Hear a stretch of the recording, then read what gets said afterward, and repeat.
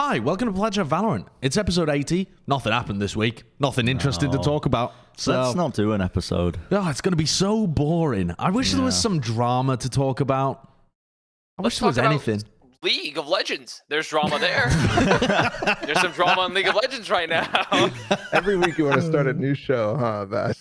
Yeah, I mean, why not? We have to have a media conglomerate of sorts. I mean, Wyatt isn't here on the show, but Wyatt also really wanted us to talk about TSM this week as well. He sent a clip that I've literally it's just popped into my head. He really wanted us to look at TSM because they had a round where they triple opt.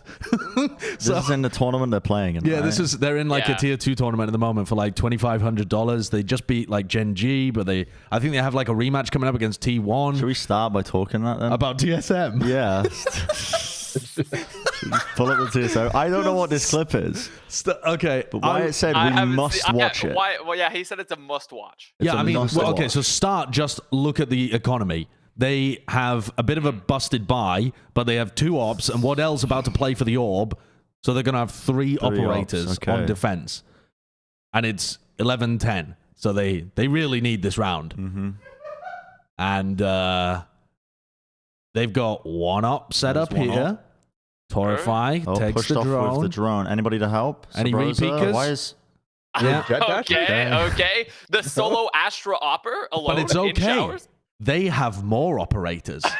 Like, for example, this one from Corey. This one should be pretty good, right? This will probably be good. Yeah, I agree. It's a numbers game. Eventually, one will work. Yeah, there's no way Torify can kill all of the oppers on TSM. Wait a second. Oh, no. Now, the op is pushing back side? How strange. Wait, they timing each other. Wait, the other op is still on the other site. Okay, good. The Spectre got a kill. So Aleko should probably stay with the Spectre. Oh, no, wait, he picked up the other operator. So they still have double op going on. Wait, no, all 3 of the TSM players have operators in their hands on an A retake of Bind. Okay. And, I mean, there's no utility being used. And good work, Corey. Picked up the rifle. So smart. The caster here literally says, that's smart. Again, so it was a Spectre got a kill and a Phantom got a kill. Yeah, okay, Corey's still trying to clip. But it's all right, because Aleko saved the op. At least we got out of it. Yeah. Yeah, he got the op. I mean, he got away with an op, right? I think that's pretty good. You only lost what? 2/3 of your ops? Yeah, well, one of them was an ult, so... Yeah, exactly. He's only lost half of them, technically. Yeah, so TSM is still struggling. On this edition of Plat Chat Clips. By the way, I mean, just looking at that composition too, they've taken Rossi off the Sky and put them on Breach, so they have the same comp, but no ability to gather information whatsoever. No Sky, no Sova, just duelist operators and a Breach. I mean, I'm lost. Info from the ops. The ops can spy every point of the map. Exactly. Slowly push up. Just contact peeking into everything. I mean, for once, though, TSM is not the team with the most drama around them this week, which is wonderful, isn't it? That's just delightful. Yeah, it is nice. So I think let's start with the juice. We'll just start with the juice immediately. So the Guard played against 100 Thieves this week, guys. And, you know, we had some predictions. I think everyone was in favor of the Guard taking that match, were they? Really? I think there was some dissent, but I believe that we were all, I think we're pretty heavily in favor of the Guard, though, but I can't remember exactly. So. Yeah, I mean, there was some arguments, I think, that, like, player quality on 100 Thieves from Ethan, from Astana, that kind of thing might do some level of damage. Yeah. When I was watching this game... Holy shit, the player individual moments all came from the Guard as well. Just like 100% of all of the wild moments came from the Guard players, and the Guard had better setups and strategy. So this was kind of brutal one, and they still somehow nearly swung the match the other way. Won the match. Like, it could have been 2-0. Unreal comeback, and also showcased the Guard's lack of experience in dealing with that kind of momentum that's coming your way. Because I thought 100 Thieves did a really good job of I mean, Hiko in particular was like the centerpiece of criticism. A lot of this and memes as well. One God, of the where is most that tweet? excellent memes I've ever seen in my life. Kurt, Are you able to find the tweet from Laker? It's LA1KA. Yeah, it's like a video. Dude, it was fucking hilarious. I was crying. I only saw the tweet when we'd finished doing the desk for this game. And it's I really was... funny. Defense side, defense side, 100 Thieves kind of getting rolled, but the guard's best map is Haven, I think, in my opinion. But on the attack side, they were shifting up. Hiko was getting stuck in on Haven. He's starting to mount that comeback. This is obviously before the comeback was starting to mount. It's such a funny tweet. We will say though that this has received some criticism from players like Boaster saying that it's a really funny meme, but there was like legitimate reasons for Hiko to potentially doing what he's doing because he's like holding the crosshair, watching for the flash. So yeah, I've thought a bit about what Boaster was saying, and I don't think it makes too much sense though. Personally, I think they really missed a timing for the two to be playing together in a much more synergistic way, and they don't make any move of like trying to take an advantage. It's not necessarily the best play. Yeah. I think I agree with you there. It's more so I think people were memeing on it saying that overreacting. Anyway. Sure, overreacting because it's funny, but also genuinely when I was doing the desk for this game, I was actually impressed at how they were playing on their attack side of genuinely getting into the sites and supporting us. Hiko was getting stuck in. Yeah, I thought it was pretty. I thought it was pretty damn good. So let's begin though on Haven. The guard went fucking crazy. Yeah, I think Balla, you were pulling some clips for this match, right? Did you grab the mad clutches that happened? Yep. Go ahead and pull any of them up. God, I think this is going to be the first Saya play. Saya play was fucking the Saya insane. player one. He was going crazy. This is the one where he falls back on long C afterwards and just 1v2s. But then the next one is ridiculous as well. I mean, he's been impressing me every single week, just bet more and more, because before like during qualifiers, like, this guy's kind of passive still. Like I'm not too super sold. And then next week, like, damn, okay, hold up. Okay, you're playing against a weaker team. No, now you're playing against 100 Thieves. Like T1 had this guy on Omen. Yeah, that is kind of wild, isn't it?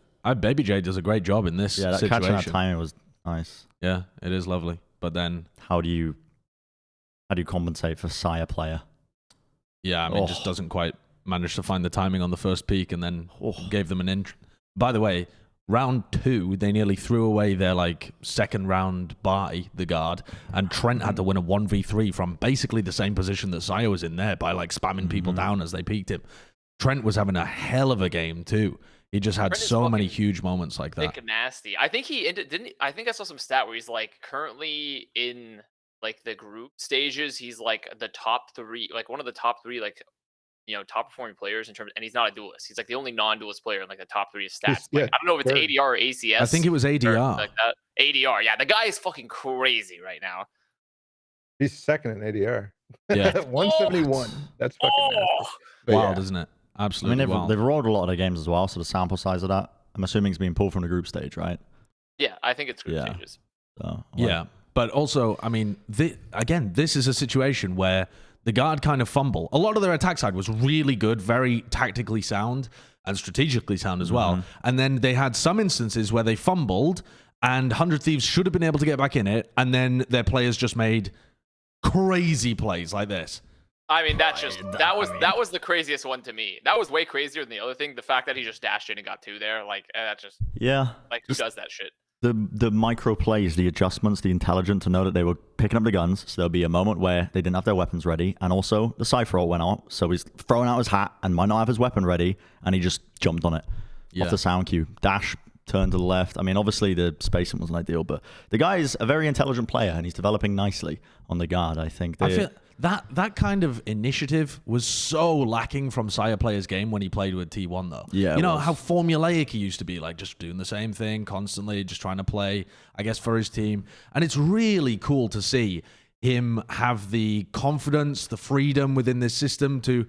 Yeah, he's getting really heavily supported at the beginning and the middle of the rounds, but when it gets into those funky situations or in a scenario like that, he has that freedom and the skill to be able to read the game and go for a mad play. It feels like a real evolution of this guy's game. And then we go to Acend. with this 13-0 because I think I was quite diplomatic when we were on the desk watching this game and the comps came up and I saw this comp. But my word, like, talk about putting all your eggs in the defense basket for 100 Thieves. But the Guard as well. The Guard, I think, as well, are a team that they're one of the scariest teams to face off of a loss because they absorb information like a sponge, man. They take in all of the lessons that they learned off the back of a loss. In particular, the last game that they played on Acend was against Knights before this.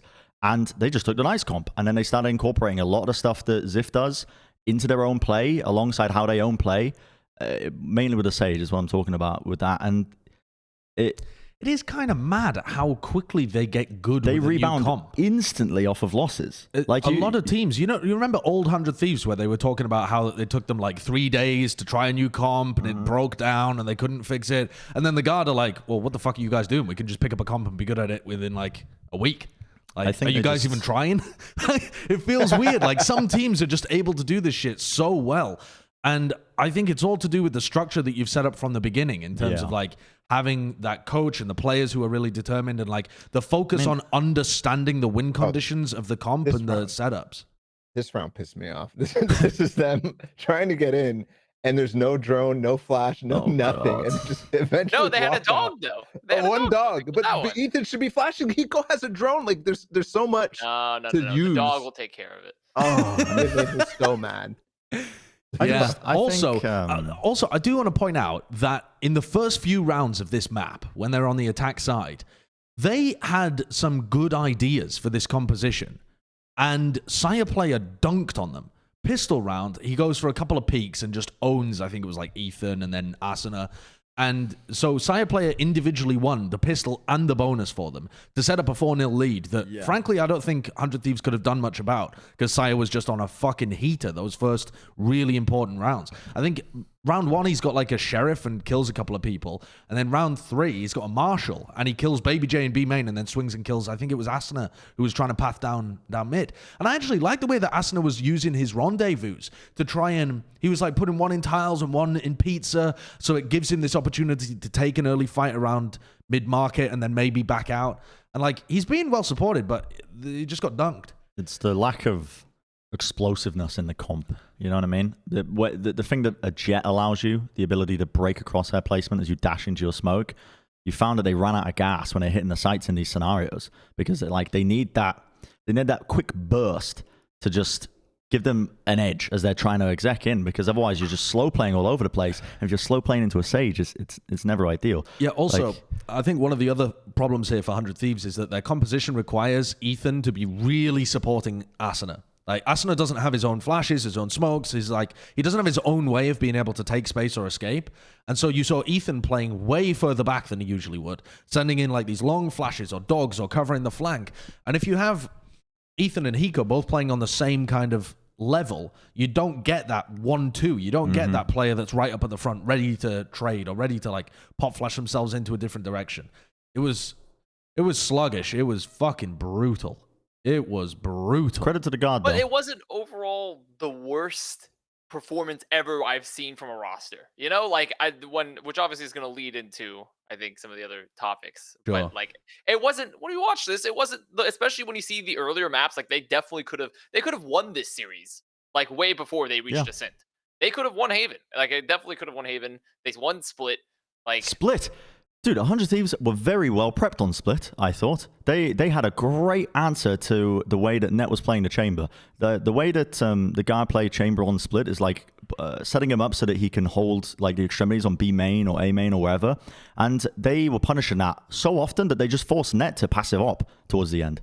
Like just getting passive value over towards other sides. They did a really good job in terms of the prep on Split, which is what makes the future things that we're going to talk about kind of surprising to me. Yeah, but at the same time, it was only one side of Haven that looked good. True. And their Split does look competent, but that's the best map in their pool. Yeah. And so what does that map pool for the former 100 Thieves roster actually look like? It looks like 1.5 good maps. That's not enough to be a top team, right? So yeah. Before we move on, I mean, again, credit to the Guard, I think. But also just having Valen did an interview after this match, And it was pretty insightful, I think, the way that they think about the game, because immediately, as soon as they see the comps, Valen was saying, he was just thinking of ways to counteract what their comp might do.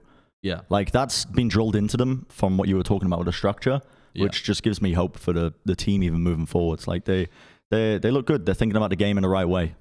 And so 100 Thieves makes some massive roster moves. And I also, just before we go on to talk about the drama of like what actually happened with 100 Thieves, something I was talking about in the broadcast when this game was happening, you couldn't find two different orgs or two orgs with a more different approach to the offseason. You've got the Guard heavily investing in upcoming talent from North America and picking up Sire Player, who's like a player that's been underutilized in the past, and heavily investing in that direction with a coach that they've put a lot of trust into with MCE.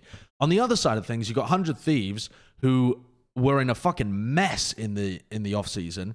They lost some really key pieces to their roster.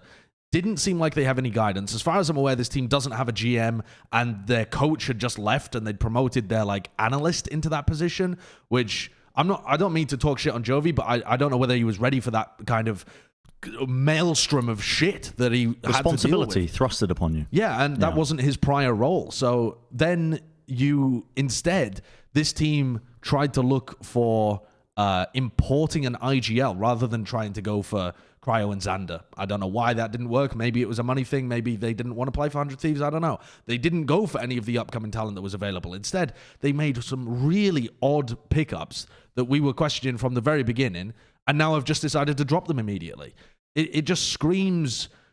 To me, the biggest difference is the way in which the teams started with a philosophy, with a vision, and that has put them completely down opposite paths, and you can see them reaping the rewards of that now. I have a lot to say. Paul is but waiting. It seems like he's waiting to strike. He's sitting there poised.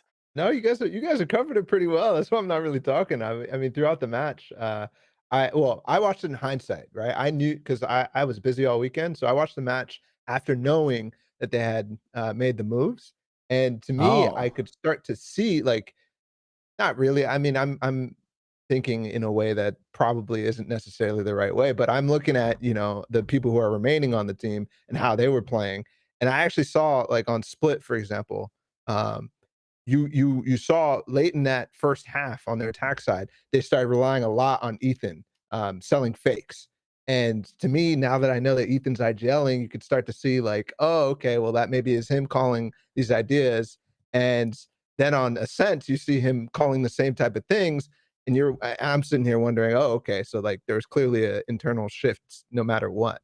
But yeah, just to think that you would ever go 2 weeks into a roster officially playing and not give that a little bit more space is crazy to me. There must be some serious conflict within the team, where I think it's actually really hard in the position that they're in to do much about, given that I think their slot relied on having those three core players, Hiko, Asuna, and Ethan before. So they had to use the other two slots in a way. I don't know. No, Did they have to? For sure. I think you need three core members of the team in order to maintain that invite that they had. To have had the invite. I'm not sure how it works anymore. Yeah. Right. Yeah, no, I get that. But to just set a bit of context, if you have been living under a rock, so 100 Thieves, they go down 0-2, lose to Cloud9, lose to the Guard. They have 3 games remaining against Xset, EG, LG in their group. And they have made the decision, after only playing 2 official matches with Eccles and Baby J, to drop them and to instead go for a different plan with jcStani and with Bang. I want to save the discussion about the new additions for a moment and just talk about the like rift within the team and the dropping of Eccles and Baby J. It is madness to only give it 2 matches, isn't it? But also what they said was that it was a philosophy thing, that there were internal clashes on the team in terms of how people thought about the game, and they knew it wasn't going to work. Nate put out a video trying to, set aside, like trying to appease the masses, I think, because a lot of people were confused at this move for good reasons. And he said it's going to be weird to look at this and think that it wasn't influenced by results. He said it's like weird. Okay. I mean, I don't know if we're muting it or if we want to listen First to and him. foremost, I just want to say thank you to both. It was like a minute in because the initial minute is him thanking the players. It's tough to say that this wasn't a results-based decision, but it really wasn't. Can we pause? You know, obviously, because that's what I wanted to add on to, is that he's saying it wasn't a results-based decision. I mean, there's no world in which it's not a results-based decision. Like, off the back of that, your team's just gone down in that really brutal fashion at 13-0. It had to have played some influence into your decision, even if you're thinking beforehand. But the biggest problem I take away with this is by trying to claim that, oh, there was chemistry issues. He also says later, which I do empathize in his situation, he's like, the format doesn't allow for much space, especially from the position that 100 Thieves are in, right? Because the way that Nitro left, they weren't really given too much room as far as I can remember. Like, when did Nitro end up leaving? There were rumors about it for a long time, but I mean, not a huge amount of time. They had time, not as much time as other teams, but they did still have time to build the roster up properly. A couple of months. For sure. And Nate Shaw was saying later in the video that it's the way the format works is, like, if you don't play in Masters 1, if you don't qualify for that, where there's only 2 slots for NA, then you're basically out for most of the year, and it's like, I think he's talking from the perspective of an org owner and how it's like it's a weird investment. So he says it was imperative that they made that decision early so that they can at least try and salvage it and potentially save their years, how he was looking at it from that perspective. But I look at that statement and I just think that is what the trialing process is for. When you're testing these players, he's arguing that there was an internal difference of chemistry and opinion of the way the game is meant to be played between these players. That's something you find before you sign them, before you get Eccles a visa and fly him out to the US. This is something that you're supposed to find out beforehand by the trial process that you're going through when you're testing these players. And now 100 Thieves look like an org that just make rash decisions off the back of results. And if I'm a prospective player, I tweeted this, if you're a prospective player and you're looking at 100 Thieves, I'm thinking, do I really want to commit to this team? Because if it doesn't go well, am I just going to lose my slot? Whereas Asuna, Ethan, and Hiko are safe on the roster?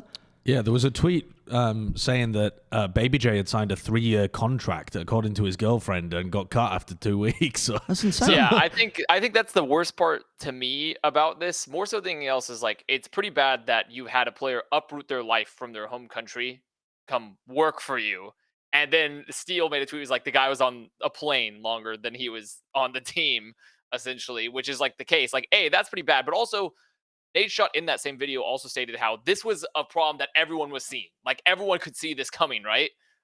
Like, it sounded like this has been a long existing issue for a roster that existed for like 2 weeks or something, which is crazy to me. I feel like... So then Baby Sorry, I didn't J... mean to interrupt, yeah.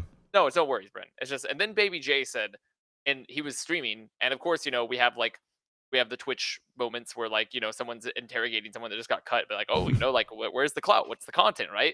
And Baby J is just like sitting there being like, yeah, I got blindsided. I got backdoored. That was his literal words. So to me, that there's 2 very different opinions of what went down in the roster. If your player is saying, I got backdoored, I did not see this coming, and then your owner is saying, this was a long time coming.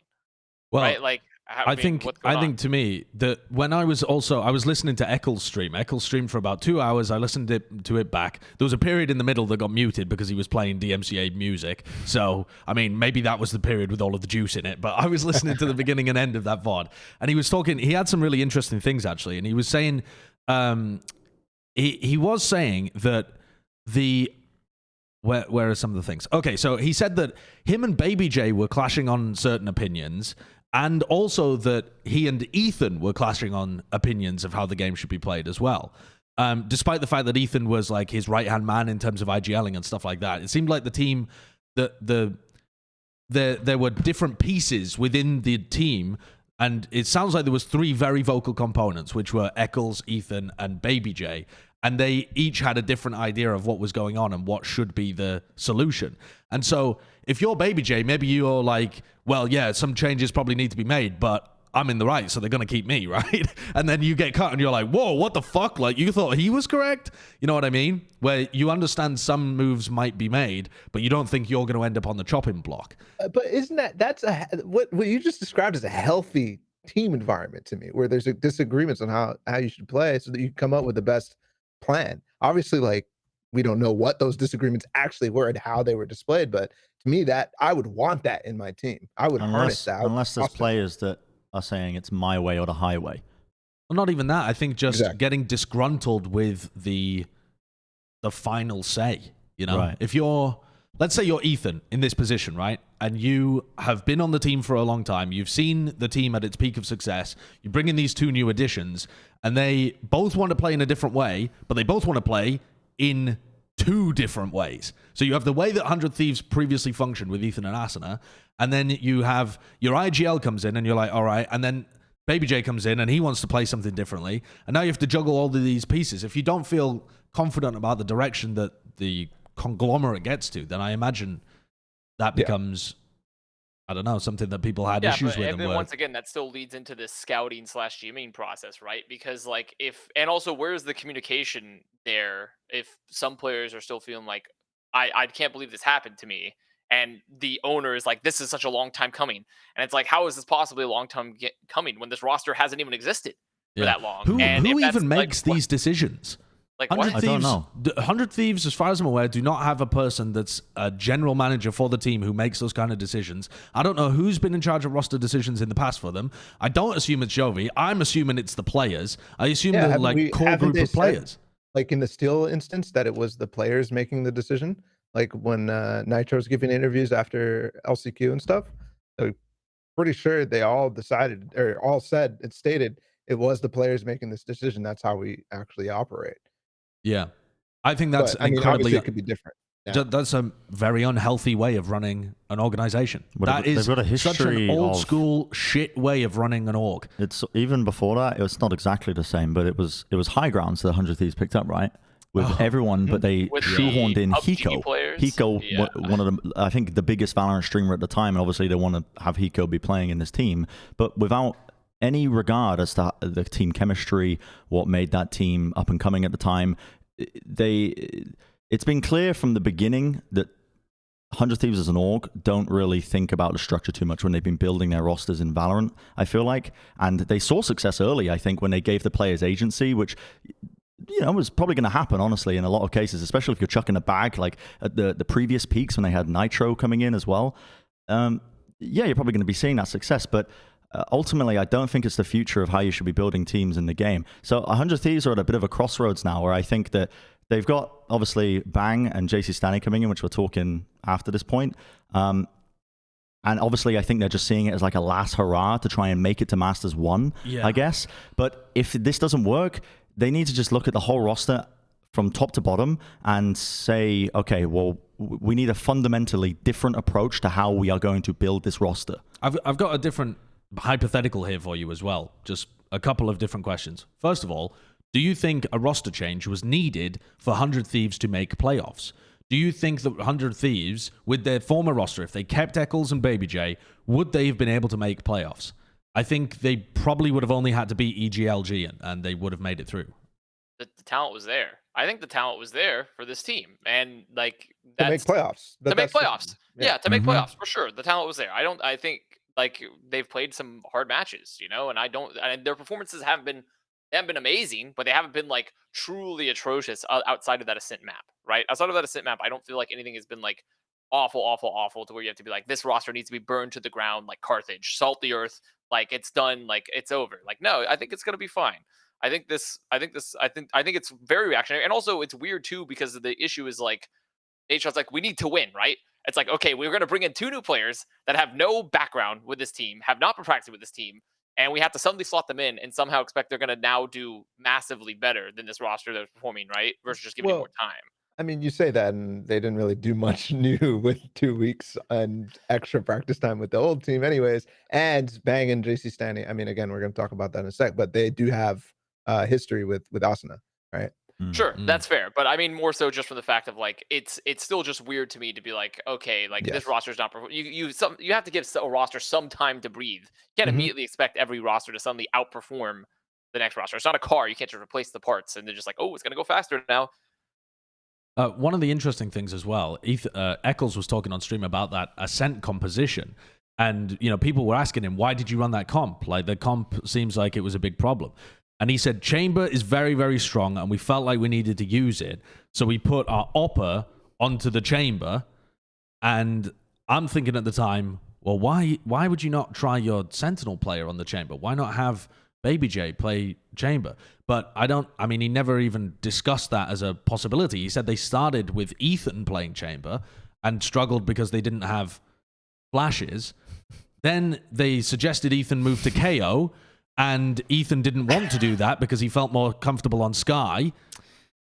This is Ethan the Hyperflex, man. by the way, of 2022. Dude, I mean, Hyperflex are one trick in Sky. And then they didn't want to move Baby J off of Cypher, even when Arsenal was playing Chamber, because Baby J is a Sentinel player, so they want to keep him on Sentinel.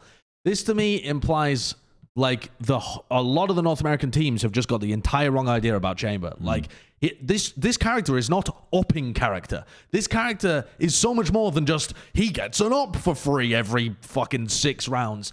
Think about the kit. Think about the neutral kit that you have access to every round, please. How can you just, by default, give your Oppa this character and not think about the knock-on effects for the rest of your comp? From my experience, players tend to be quite singular focused when it comes to the introduction of new agents and like meta changes. Yeah. It's big picture stuff is normally reserved for like a coach who's actually thinking about it or an analyst who's thinking about that. Players don't often think about the big pictures as much just because of, as a pro player, you're constantly striving to improve as an individual. You've trained your mindset, I think, to think in that kind of way rather than a big macro sense a lot of the time. So yeah, that's a trend across North America.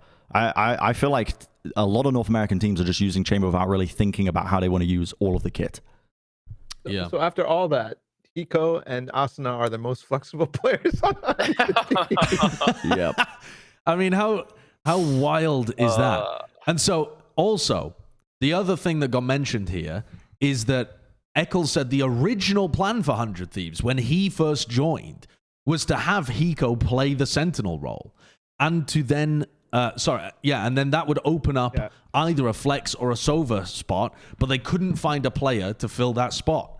Now, to me, I'm listening to that and I'm thinking, well, you do realize you have one of the best flex players in North America, Asuna. I mean, assuming that he could fill like a KO or a Sky, which I imagine he would be able to because he's been good at pretty much everything else that he's played. But by the sound of it, they just want him on Jett because that's what he's been playing recently. They don't want to lean into him playing Raze or Reyna. No, they also want him on Chamber. So, you know, they can't just only keep him on Jett. So, I don't know. That's extremely. What happened to Ethan, man? What he played so many roles at the beginning. Like, what happened to him? You know, he's only ever had 3 agents that he's played in a professional match. Yeah. He's only played the Sage, the Omen, and the Sky. Omen, Sage. Yeah. Did he not play Astra at one point? No. Wow.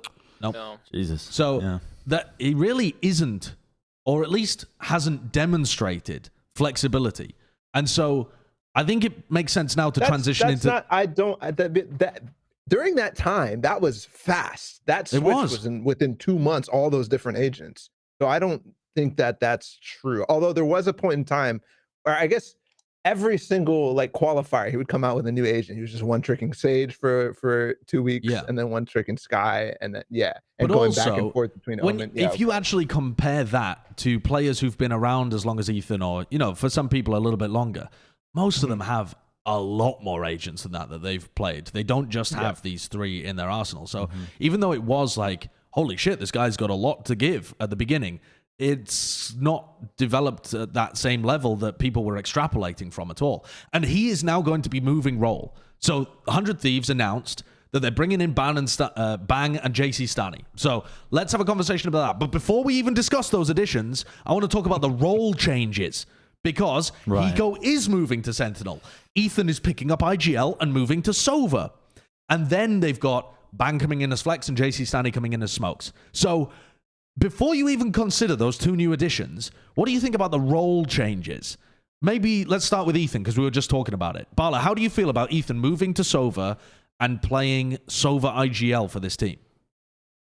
I personally don't get it because why are you taking Hiko off of his most proficient role? I want Hiko to move off of roles, but like why Ethan specifically? Because he's not played Sova, at least in official matches. that to me doesn't make sense. Why not have other players? There's so many roles on the team, not Sentinel, that you would want to move into as a player, in my opinion. Like there's a Jett possibility, there's a flex possibility. Both of those things I think are very desirable as a player. So I'm very confused as to why you would want to go there and IGL, learn a new role and IGL at the same time. That to me. Just to defend it, sorry, real quick, is I think some players have spoken in the past that they find it easier to call from that position where you're gathering information on the server. Like it's a very central position. I agree with that, but also you're playing Sky. Like it's the same.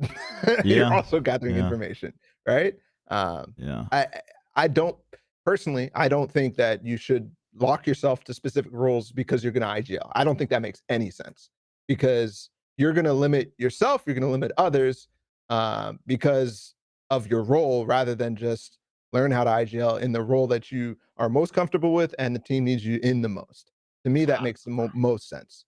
The old Lucio main caller Overwatch argument. You gotta be a Sova player to main call. But isn't this just them fitting around the last minute players they've got in? I don't know about that. I mean, that is certainly a possibility. Because the way I see it, because they've talked about how they wanted Hiko to move to Sentinel multiple times. Right. Now. So that doesn't. I mean, the timeline for this is like clearly there was discord within the team itself, like in terms of the direction and identity and like idea of how to play the game. Yeah. Right. That's how we've led to this scenario in the first place. And it seems like in whatever internal diagram, whatever internal has worked out, the way Eccles was saying on your stream, Josh, the things you were saying were like there was disagreements with Baby J and Eccles and Ethan, right? So it seems like Ethan has won, and it's going to be his idea of how the game is meant to be played, right? From that way forward. This is so cool, man. Dude, I mean, this is an Ethan coup.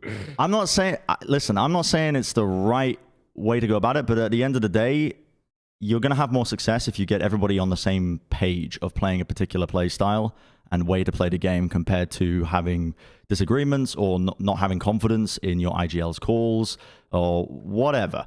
So, agreed. Yeah. Okay, what about Hiko on Sentinel? Because one of the reasons that they might be flexing Ethan over to Sova is because they feel like Hiko should be on the Sentinel role. If that was something that they had discussed before, they wanted to move Hiko to Sentinel when Eccles joined the team, then that to me seems like it's probably the first move in their head. And then it's like, okay, that frees up Sova. Ethan, do you want to play Sova? So there's been a lot of talk about Hiko playing Sentinel for a while, actually, because he has more of a lurky, clutchy play style, which a lot of Sentinels do play like that. What do you think about the idea of having him play that? He's never played it before. He's kind of moving into that role anyway, with him on Viper. Right? Yeah. Because normally it's a role that is covered by a lot of Sentinels players. Like he plays Viper on Split for them, right? We haven't seen him bind. Is bind a permaban? Yes, bind is just their permaban. Also, they never touched it. Right. Yeah, so it is clear that he is starting to flex over to it. I didn't think his Viper was awful. Yeah, I really don't know. Well, he's going to continue to play Viper in certain situations. Of course. Yeah, he'll still play Viper for this team if he's been playing it so far, I imagine, especially on the maps where it makes sense for his new role swap. I think it makes sense based off of his play style. But that also it's weird. This whole situation is fucking bonkers. Okay. Here's my question. Why are you transitioning a player to Sentinel as the Sentinel role has just added a new agent that's really aggro firepower based? That to me is a big question. If Chamber is becoming meta and you're then putting Hiko, a player that doesn't take early fights, push into off angles, get a pick and get back, that guy is the antithesis of that play style. He's never going to be playing Chamber for this team, surely. I mean, just the opposite play style for this guy. They've been putting Acend on it, so which means they're going to be playing double Sentinel all the fucking time. If they want to play Chamber, if they still think that is the way to be going, if they think the meta's headed towards Chamber and they see people popping off on it, then they're going to end up playing fucking Cypher Chamber all over the place. And they're going to run into more of these compositional problems. Yeah. I think part of the issue with a lot of North American teams right now is they've got a checklist that says, Chamber, really good, must add it to composition. And then they look down the checklist and they go, our Sentinel player, not really aggressive big aimer. fuck, I guess we'll put like the Jett on that role instead then, and shit just gets fumbled. When instead, I mean, look at a team like NRG. A team like NRG at the moment is doing so well because prior to Chamber being released, they had Android playing like Killjoy Cypher kind of shit, which didn't make too much sense because it's not his playstyle. As soon as Chamber comes out, this guy can pop some heads. He's got 0.8 KPR playing the Chamber, making a massive difference for them in their games, and it's propelled them, not just this, but that factor, that meta factor, has propelled them to being a team that is dangerous as fuck to play against. Yeah, they're 0-2 right now, but they are a dangerous team. And so, to me, the things do not add up in my head. Are they just going to be playing Viper on all the maps and then have Asuna playing Chamber again? Well, Like still, don't you think that's kind of like a reductive argument, though, in a way, the way you're approaching it, Josh? Because not that I disagree with you, but it's like, okay, so NRG is good because they had a guy playing a role that he wasn't fit for before, but now for some reason 100 Thieves are going to be bad because they have a guy on a role that might not be fit for him currently. But I'm saying NRG got lucky with the release of Chamber because it played into them. 100 Thieves don't have the ability to just wait for a new agent release and hope that it fits Hiko's playstyle. They can't just wait and it's something where it's like you get a 50% bonus if you're 3 miles behind your team. Like they can't wait for that kind of agent to be added to the game. I mean, also you just don't have to necessarily hit like a complete meta checkbox. They could also just find something where they don't have to play the checkbox style of gameplay around this. Now, I do agree though that the Chamber issue is a glaring one when Asuna is also their Jett player. Which so also, it is... if you're gonna make roster moves, look for a Jett, please, and get Asuna onto flex. What the fuck? I think Asuna's been a good Jett player though for them. He is, but they have a permanent hole in their flex, and they have one of the best flexes in North America. There are.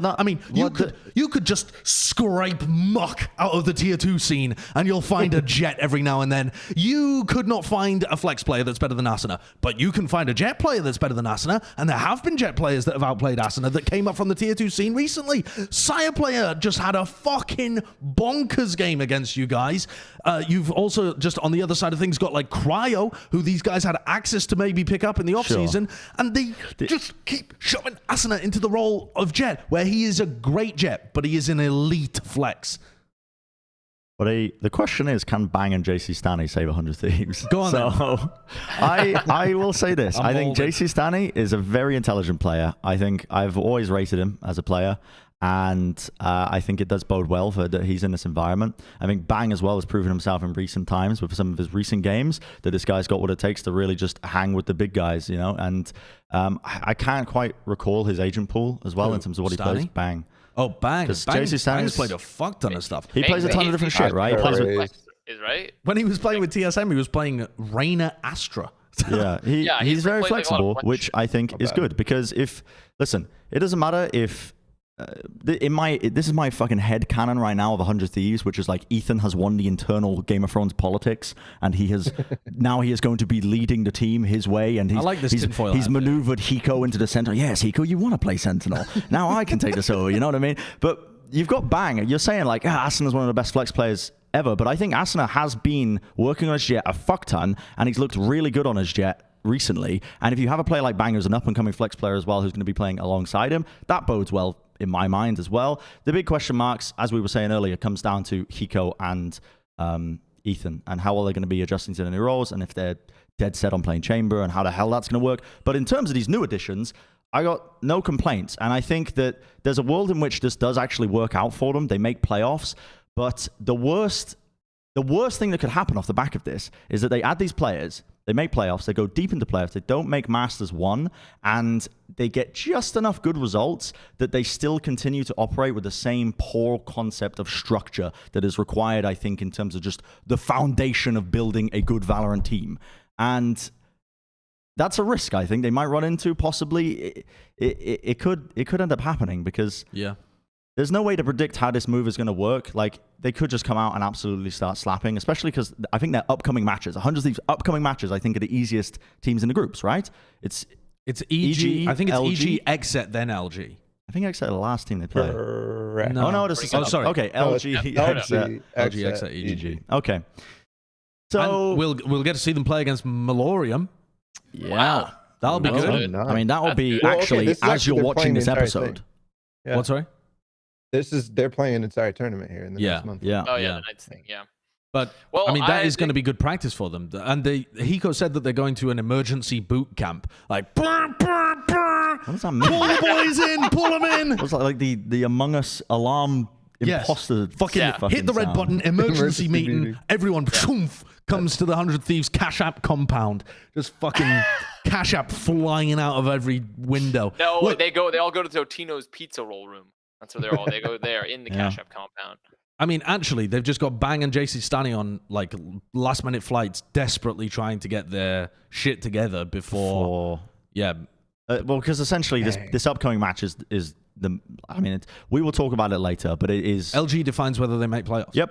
Because Yes. if they lose that, they're 0-3, and there is Well, there could be like a tiebreak situation if they beat X. possibly, but the chances of them essentially making playoffs if they lose to LG are they go way Seems pretty down, unlikely way at down. that So point. I like your point, Brent, and I think a lot of people are going to see the worst case scenario here being Bang and jcStani join 100 Thieves, they don't do so well, and they get cut instantly. But I actually agree with you that the worst case scenario is they do all right, and they don't implement any structural change that they need. Hire a GM and a coach, give them power. Don't let the players run the asylum. Yeah. It's fucking crazy. I mean, you have to realize that we're talking about the most flexible player here. So maybe Hiko or Ethan is the most flexible player on the team because they also flex the GM. So like you have to remember that. I mean, dude, You have to remember that one. You can run a team that will get into playoffs with the players, but you can't run a team that will make Masters or win you a championship with the players. It's just... Well, they made top 4 at Berlin, so yeah, they but probably- it's not going to happen that you can like get further than that. they need to It just- stop enabling the nonsense. 100%. Yeah, They need to stop it insta, and I don't think that they will. Honestly, the Nate shot video to me was just covering for the team. Like, most of the big action comes off of a loss for 100 Thieves' teams, though. Like, does it? Nate Shot's done this in the past, no? Wasn't there that tweet where he was saying like this is absolutely unacceptable? That was. I mean, that was Complexity no, that tweet, was no? That was yeah, that was the directly after the complexity tweet, yeah. one from Sorry, CS yeah, or might be. something. But people were memeing about it in this time. People were just memeing it. Well, I mean, think it's he just said a- it was unacceptable directly after the 13. Yes, Like, that was after the 13-0. But, anyway, but whatever. they made the change after Masters. That was the most recent thing where they cut Steel, which Yeah. was after, to me, a success, right? But again, that's not a calculated GM decision with a That was still vision like a for the future. player-driven That's decision. like a React Andy. Dude, I feel Some like shit. they're playing in freaking ESCA main league, and the IGLs are like doing coups behind the scenes to get the It was like specific that amount of one roster CS players team. on the ESCA league What team. was it? They like got crowdfunded to go to LAN recently. Party or boot astronauts? camp. Yeah, they got crowdfunded and they just didn't get their vaccines in time, so they couldn't get on the flights, and so they just so all the crowdfunding money went the waste. Jesus. NACS, man. Hey, that's where we're headed, guys. And that's where Ludicrous. it's still at because it's still NACS. This feels like NACS because it's Yeah. core of NACS still, and it's just like That's why you need it's at least silly. one Overwatch player on every single You team. do. You need one Overwatch player. You do. You need one Overwatch player because it's one thing Overwatch players were used to is like there was this immediate, just like artificial structure imposed via like some sort of money force field via the Overwatch League that it made everyone sort of have to react in a professional manner that a lot of other esports have not had to deal with. They've had to deal with some sort of like bear trap of money catching your ankle. Like they've never had to deal with that before. All So right. I do think that is something to think about. So Let's move on to some of the other discussions. We've hammered the 100 Thieves topic and squeezed it of all the clout juice that we can. Let's move on. Cloud9 played against Acend this week, and it was a banger, a certified club banger. And it brings up the topic of conversation: are Cloud9 the best team in their group? Are Cloud9 the best team in North America? We've been asking this question for a while now. I mean, the Guard are literally ahead on round basis because they got their 13-0 over 100 Thieves, but yeah, C9 have taken down some nasty good opponents. What do you guys think of this game overall? I was loving it. This is the best game that we've had so far, I think, in my opinion. Tactically, obviously big moments as well, went all 3 maps. Easily the best game that we've had in NA, at least, to me.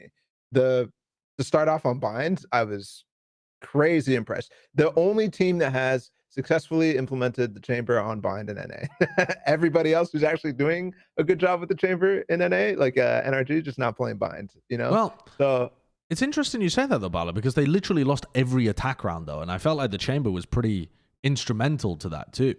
Because Exec were able to come back in that game, right? It actually looked like Mitch was getting huge value on the defensive side, and then they just kind of... Again, they didn't have legs, which is, it seems to be one of the bigger problems when teams are using the Chamber, is they find it, when you get down to these final 30 seconds, like you've played the mid round, you've been bled of your util, you bleed in the utility out of your enemies, and then when it's time to explode, you lack that final oomph. You know what I mean? When, and I'm not claiming that it's still ideal, but to me, it still was the most successful. On defense, it was to me, very good. Yeah. And maybe it just speaks to the fact that running a Sentinel in the Viper Astra comp on Bind in the first place is hard to do. Yeah. Right. Because that's where maybe redundant in the first place. Yeah. But still very, very fun to watch because of that aspect. Yeah. I actually, how the match was. Cloud9 force sport on round 14 when they were on their attack side. I've actually got a clip of round 16, Kurt, which was them going for a slow push on A after losing the force buy. And Cloud9 were doing a lot of force buying in champs too. And so I was intrigued to see this. This is the round afterwards where, or 2 rounds afterwards, where they're able to get their money back again. And Cloud9 had a pretty interesting approach. So with the Chamber, they're not like exploding into the site. They kind of ran down short, traded 1-for-1 against Cryo, and then they put a bunch of utility back up, the Astra utility and stuff. And they just pushed Leaf, who was playing Viper, all the way to the back of site, and they're like faking the plant to try and draw out utility from exit and see if Leaf can get in a position to find another pick and let them actually take site control, which I thought was it's an interest. You do have to change your approach when you're running the Chamber on attack. And I thought that this was an interesting idea. It didn't work in this instance. They ended up getting it down to, it was a winnable situation, but I don't believe this round was successful for them. I think it ended up with them holding lamps and ended up getting kind of picked. Mitch went for a play and got run over. But certainly Cloud9 were thinking about how to implement their Chamber on the attack side in a way that's different to just doing the same shit as if you had, like the Rays or something. Yeah, it reminds me of when London United played Chamber. The way that they run it on attack is to get them up into a position where they could use their rendezvous very well.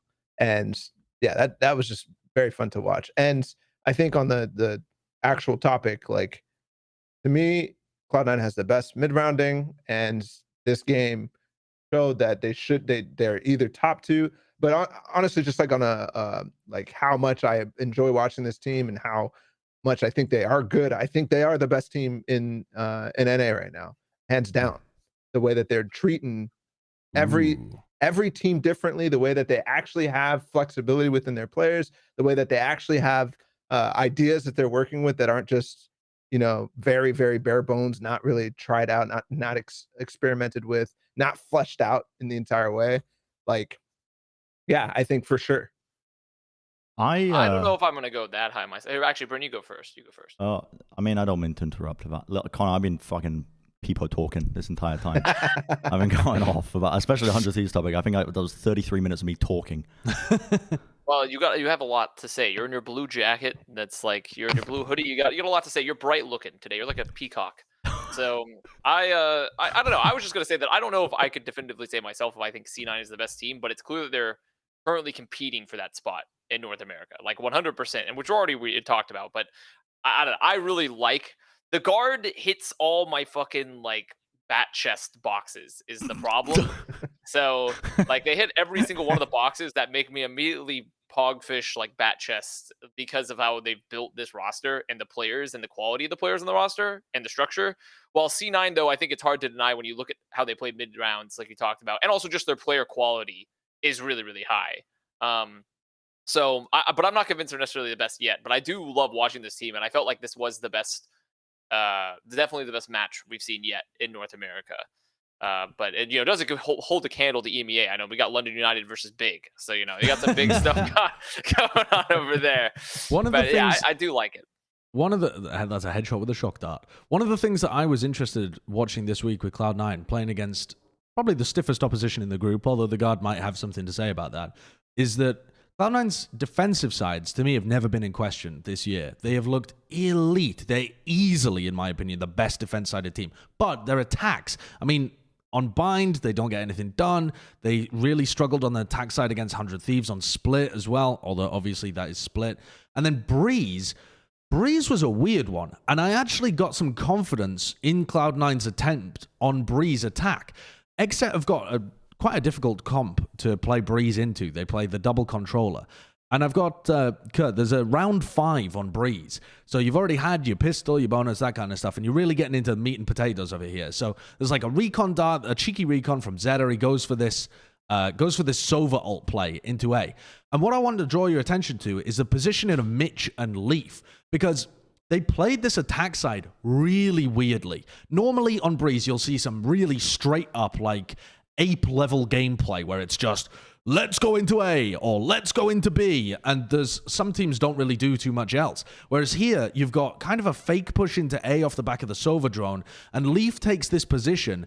The rest of them aren't with him, and you've almost got like a double lurk setup from Mitch and Leaf, where, you know, you just got Vanity kind of controlling the mid push, Mitch walking all the way up halls, and Leaf walking all the way up here. And they're trying to figure out holes in the Xset defense without, I assume, a Sentinel being on the other side, and prodding and poking these different areas. And they had so many different rounds like this where they were able to find unconventional openings in what Xset were doing.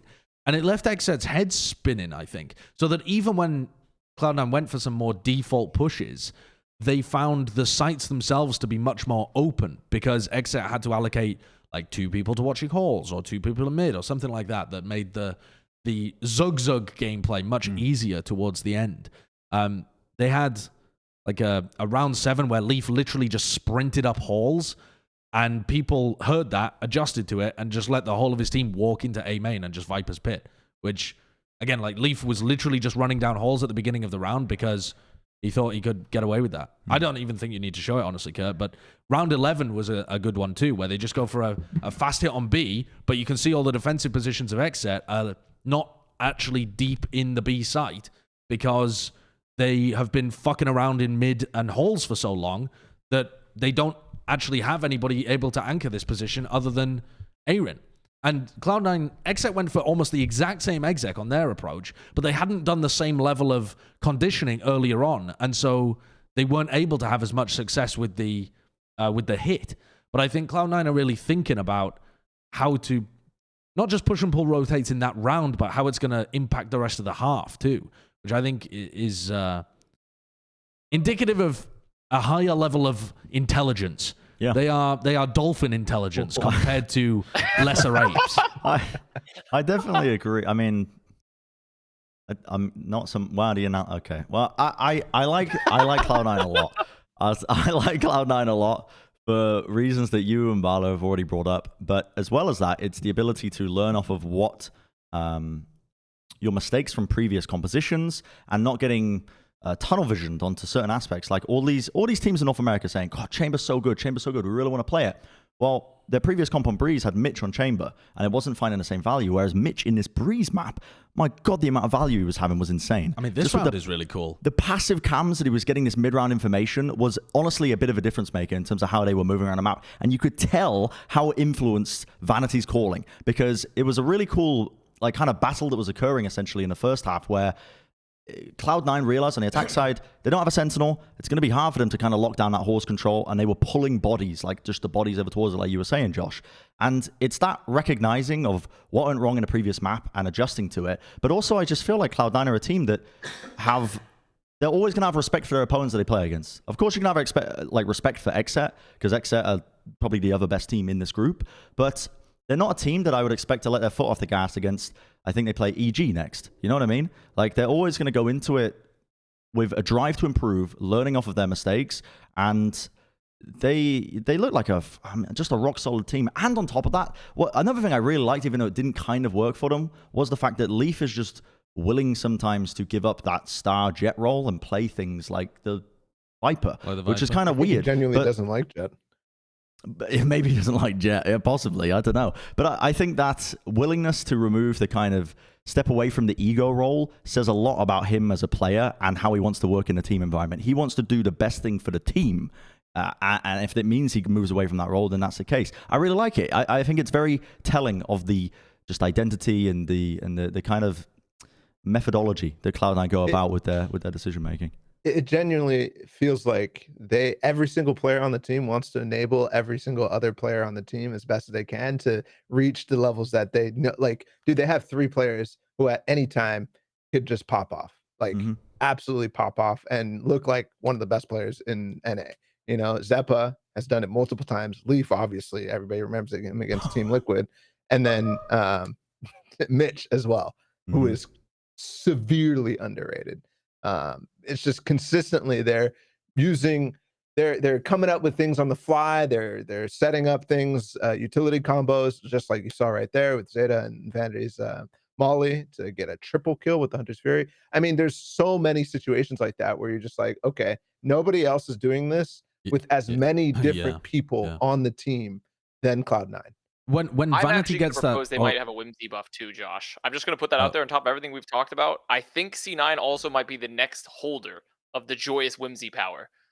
Kurt, because they seem to have fun. And Kurt, I've given you a clip from Steel that I want you to watch because it's clear that the Joyous Whimsy enters their practice a little bit as well. So when we think about C9 and everything that's going well for them, also think about how Joyous Whimsy is like some sort of superpower that's passed from team to team.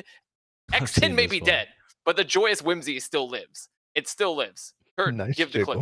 This is from the scrim. This is from a scrim. But think about the Joyous Whimsy that's possible here. So you're like, oh, guys, this doesn't look whimsical. Looks like they're about to win the round. How is this whimsical? they activated like the cheats during the scrim. Zeppa just jiggle peaked with cheats. I don't know. I think overall, when you think about what makes teams successful as well, I saw this and I fucking died because like you always see Steel mauling about practice and teams not taking practice seriously, and C9 is clearly trolling Steel like all the time when they play, and I just think that like to me it indicates that like because one of the important parts of a team I think is the ability to not only just be great in the server, but also you have extreme levels of like team chemistry and are able to just like have fun with it occasionally, like when you can, like to have that flow state, to enter that flow state at times. And when I see shit like that, having fun. Yeah. The flow state of having fun is legitimately important for like a long-term successful team. I'm not even trolling anymore. I agree. Like it's not everyone could be Gambit, the fucking villain from fucking Rocky, and like the perfect designed human for competition. Like they can't do it, but they still have fun. Gambit still has fun. Like they still have moments where they have whimsy as well. And I think that legitimately when I look at some of the stuff outside the server, it makes me really confident in C9 when I see they're actually just willing to like, yeah, we're gonna turn on the cheats and troll Steel. This is dangerous territory for every other team in North America. You're giving them a carte blanche to troll scrims and not take it seriously. You can't just troll and lose and like not. You have to obviously like be showing great looks in the server and be winning and such. And you also still have to be taking your practice seriously the majority of the time, right? But it's like if you're fucking just you're playing a scrim and like, it's been a long day, like I'm gonna jiggle peek with cheats for like one round, you know? Like, I think if you looked dangerous, at the scrims in NA, you'd be trying to claim that FaZe were the best team or some shit. No, I'm not, because I never once thought, aside from like that one run they had, FaZe has never ever looked like they've that cohesive, right? They just never have any of the rest of the structure to back it up. Clip that the whimsy is simply the soul. It's the soul of the team. It's the soul. He's promoting of some crazy shit. He doesn't even say, "Oh yeah, sometimes it's fine if you just like, I want to jiggle peek this corner with no clip." No, he says, "I want to jiggle peek this corner with cheese." I mean, no. If you turn on no clip during the fucking, no, I'm gonna whack next time I play. It's fine. That's just like that. The team they were playing against though, Acend, I actually thought there was a decent chance that they were going to get rolled in this game. I thought there was a sizable portion of the time it was possible that this would end up being a 2-0 and not be that close, like a 13-8, 13-8, something like that, where Cloud9 are clearly in control the entire time. And that wasn't the case. And also, even though Cryo, if you want to just flick through the stats, Kurt, the bind map, Cryo dominated, right? Cryo looks phenomenal every time they play bind. He's just a monster. Actually, Cryo didn't play that well in the second 2 maps. He got kind of battered. He's like 9 and 17 on Breeze, trying to entry and getting shut down. And then, you know, he's like 16 or 20. Not a crazy performance. But they still kept it close, even when the firepower element of Xset got shut down a little. And that, to me, indicates some positives for Xset there. Because I had some real questions. First of all, like, what is the ceiling for Cryo? Can he actually just go into this game and diff Leaf? I don't think really happened. It only happened on the map where Leaf was playing the Viper. And then, what do they look like if Cryo or Zekken or both of them end up getting shut out of the game and they can't have those huge moments from those guys? And it still looked pretty decent. They were getting outplayed, but not dramatically. And so that gave me some confidence in the depth of Xset. Yeah, that was what I was saying about Cryo. I think throughout the open qualifiers is even if he gets shut down, it feels like he's still contributing to the team in meaningful ways because of because he's fucking playing Jett. So and you can still do stuff no matter whether you're fragging or not. But I still have concerns about their map pool because, in my opinion, the way this veto went, Cloud9 played into it very, very, very, very well. I mean, getting Icebox and Breeze. Obviously, Breeze is a little question mark because of the way that Xset has a cool comp, but what I've been saying is that it's a cool comp, it works, but it's not necessarily something that you have to be scared of. But then they get Icebox too, which I don't remember the last time I've watched Xset play Icebox. It was like probably like since Dwifo was on the team, like that long ago. And they're one of the few teams that is trying to like get an advantageous veto by not having a permaban, but I think because of that, some of their maps are weaker, and that's an issue. I did like the calling though. This was a really entertaining series to watch just to see the trends and adaptations that both teams were making against each other. Like in Icebox, you had Mitch being set up really well, I think, on the first half, and he was being pushed up into mid, and he was constantly lurking through mid and getting these really nice timings, and then Xset adjusted and started to shut it down, but then you started to see another element of play coming out from the calling and the overall like macro play. Like it was actually watching that Icebox map, which is weird to say, but it was one of the more entertaining ones that I've watched, just because I was just following how they were reacting to each other. Yeah. It was really cool. And yeah, I mean, Cryo didn't have the best game, but yeah, it's early days of the team. That was probably the hardest match that they're going to have in a while. Yeah. And they're still very likely, if not a lot, well, no, not a lock at this point, but very likely to make playoffs. So it's like they have this big period of time where they can look at that loss, see the improvements that need to be made, especially Cryo as an individual. And yeah, you might just see them bounce back and maybe next time take it against Cloud9 whenever they play against them. You can see the upcoming matches here. The guard is going to be a tough one, but we'll talk about that later. Yeah, that'll be a fun one. All right. The next match that happened that was a pretty good one was version 1 playing against Rise. And when you were talking earlier, Balla, about version 1, about Cloud9 being definitively the best team in North America in your head, the reason I am not willing to claim that yet is because version 1 looks so good. And they're in opposite groups, so you don't get to see them like playing against the same competition, right? So that's the reservation that I have about it, is that version 1's attack side looks so damn good that I am still cautious about really claiming that anyone would be able to stand up to it. It would be so fun to see version 1's electric attack go up against Cloud9's really prepped defense. I think that would be a hell of a game. It would be so good to watch. So version 1, they kind of pounded this match. They get a map pool of Breeze, Fracture, Split. Version 1 being one of the few teams in North America that's actively picking Fracture.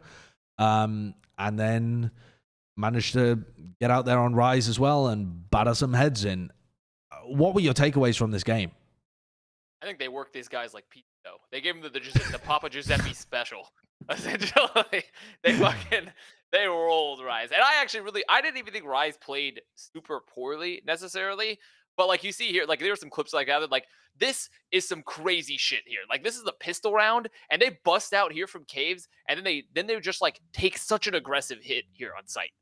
Like they see that there's an aggression down halls, hear from our eyes on the defense, and they plant so aggressively too. And they're doing this sort of stuff on attack a lot. You see, like just previously too, and then they go re-control doors afterwards. But they're just so aggressive in this plant and the post plant, the way they get up on site, reading how Rise is playing on the defense.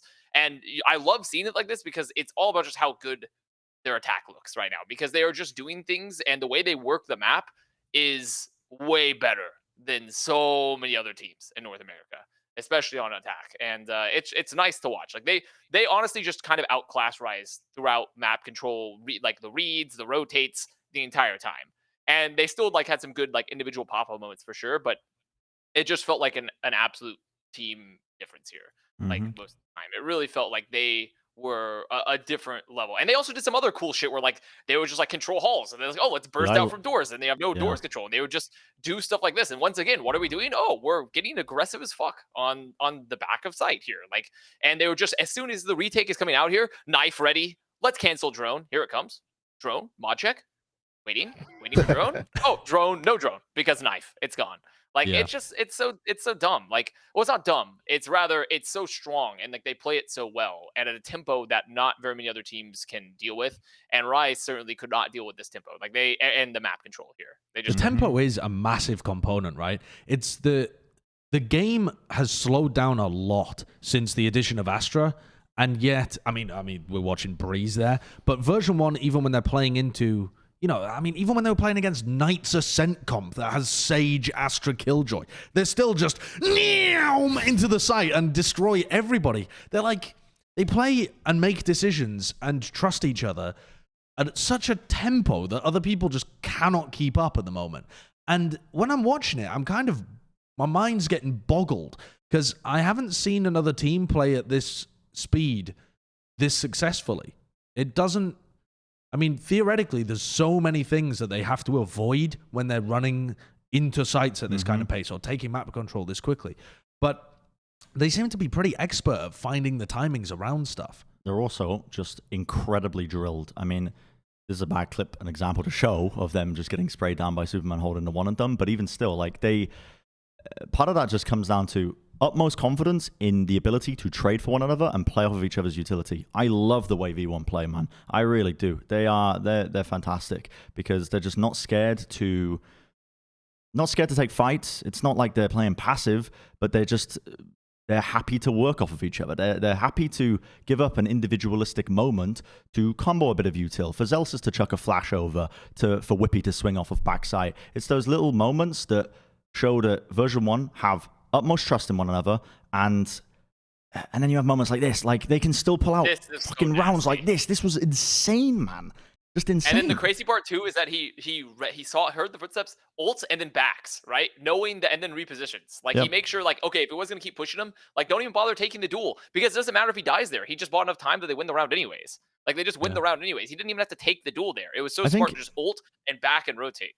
The big thing, obviously, the big overarching thing that's so easy to spot when you watch this team is that they have great trust, they trade, their fundamentals are excellent, but even more than that, every round they come into it with a idea or like the crux of like the team that they're playing against's plan and how to disrupt it. Fracture was a fantastic example of this because they constantly absorbed a lot of the set plays that Rise were trying to do, and Rise would just dump all their utility and get nothing out of it. There were some like adjustments to that, but you saw that really just over and over This again. is just, this clip was titled "People Arrive," by the way. I literally just titled this clip "People Arrive" because he just TP'd independently of the play. He was just coming back, you know. Yeah, I also think that it was interesting to watch version 1 play Fracture because it seemed like they identified that their halls control was not being stopped at all. And so I want to say 8, maybe 9 of the rounds were just, we take halls, we go A because Rise can't stop us. And despite the fact it looked really good, and version 1 have already beaten teams like Crew who are good on Fracture, so their Fracture is good. I mean, you can see it, but you can't see much of it. We didn't see many strategies. They didn't need to use it. If you watch the game against the Crew, they had to spend a lot more, tactical credits, if you will, on that game because they needed to. They were getting shut down in certain cases on halls. They had to float over towards ditch. They had to do a lot more things in that game. This game, you didn't need any of it because what was it? What was the first half? 8-4. something Yeah, it like was that. pretty Something dominant. like that, yeah. I mean, they kind of just, this is like the one moment where they didn't take halls, but it's because they just get Superman to ult it. They just rotate to the other side of the map off their wall. They'd already put a Viper wall there. So it's just like, they just worked the map. They were just Papa Giuseppe'd him. Like, they were just the fucking Rise or Pizza Dough, man.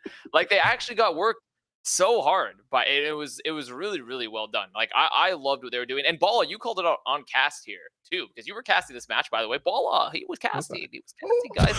And there's another clip, Kurt, Fortnite. like, the clip after this, it's the one titled actually, I don't even think I have it out there, but oh no, it's the one right before, it's one after People Arrive, before People Arrive. But they baited out a lot of utility from Rise often. So they would just set up on Dish a lot of times, and it'd be like a fault line suck play. I know what you're talking from about. Rise, Yeah. and they would just drop a boom bot, and they would try to swing off the fault line in the suck, and then they would just leave. Then they've got like 2 pieces of utility out from them, or they would even just get the kills from the peak.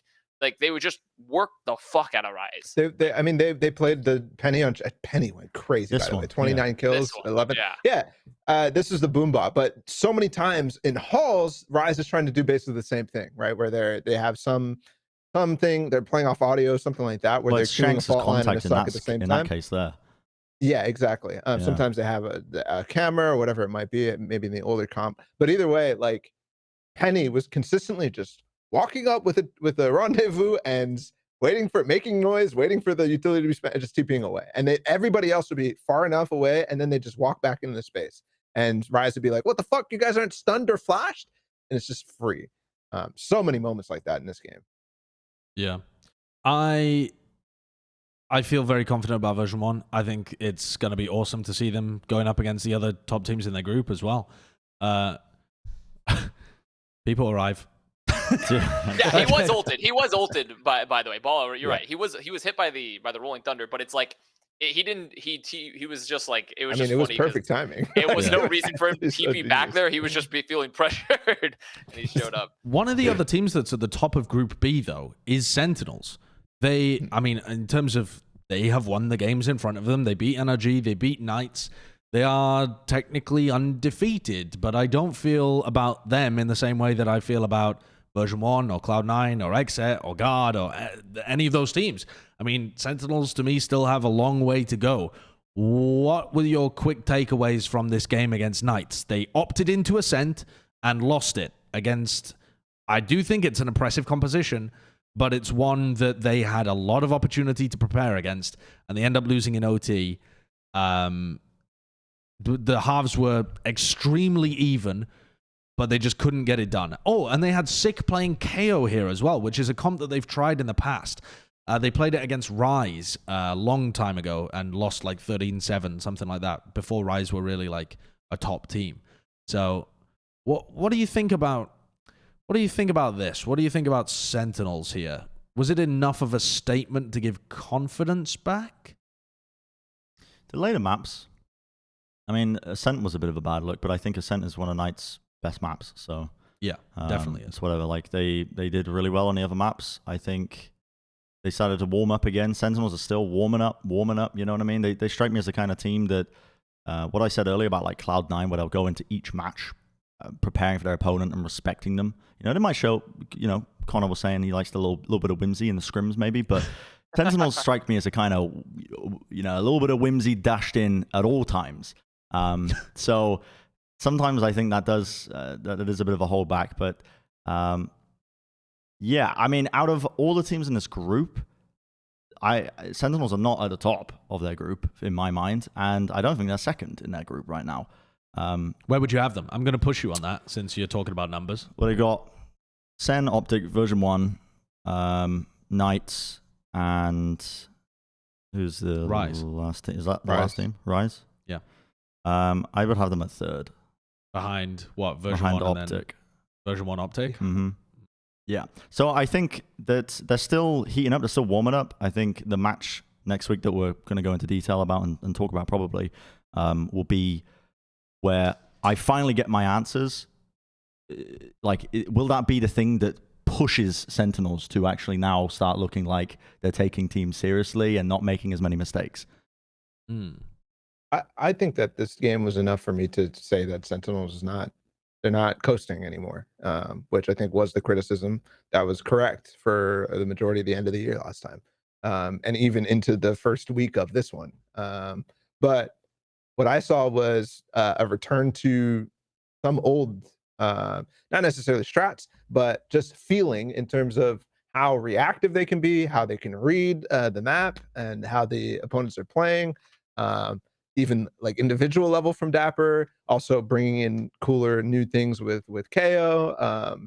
Just feels like they were actually implementing stuff that they've been working on for a while in good ways. I mean, the amount of times I saw finally tend to actually get activated by Shazam and be main for even on this Ascent game, which, you know, they lost, but in my opinion, they still played well. I think Knights was also very, like, this one is really cool for me because Dapper, as soon as, not only is Shazam breaking this because he gets Frosty down, but Dapper instantly KJ ults in a weird ass spot.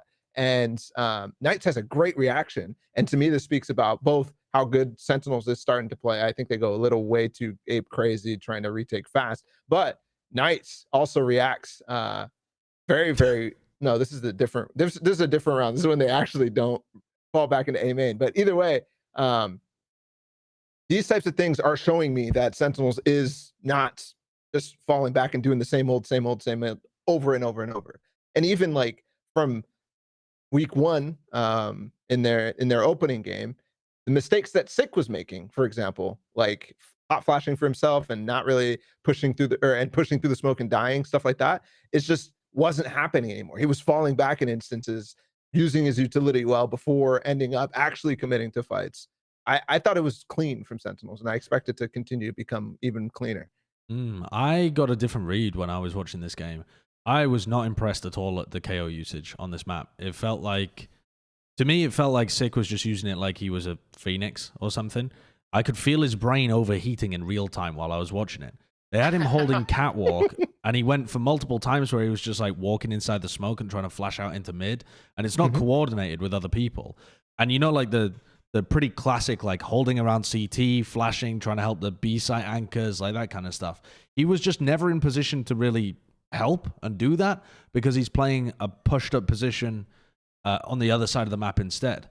It felt like they hadn't really solved that aspect of it. You know, a lot of other teams will have their KO try and play a little aggressive in B main, for example, so that when you drop back, you're covering like back CT kind of area, and you're really helpful on a against a B split, that kind of thing.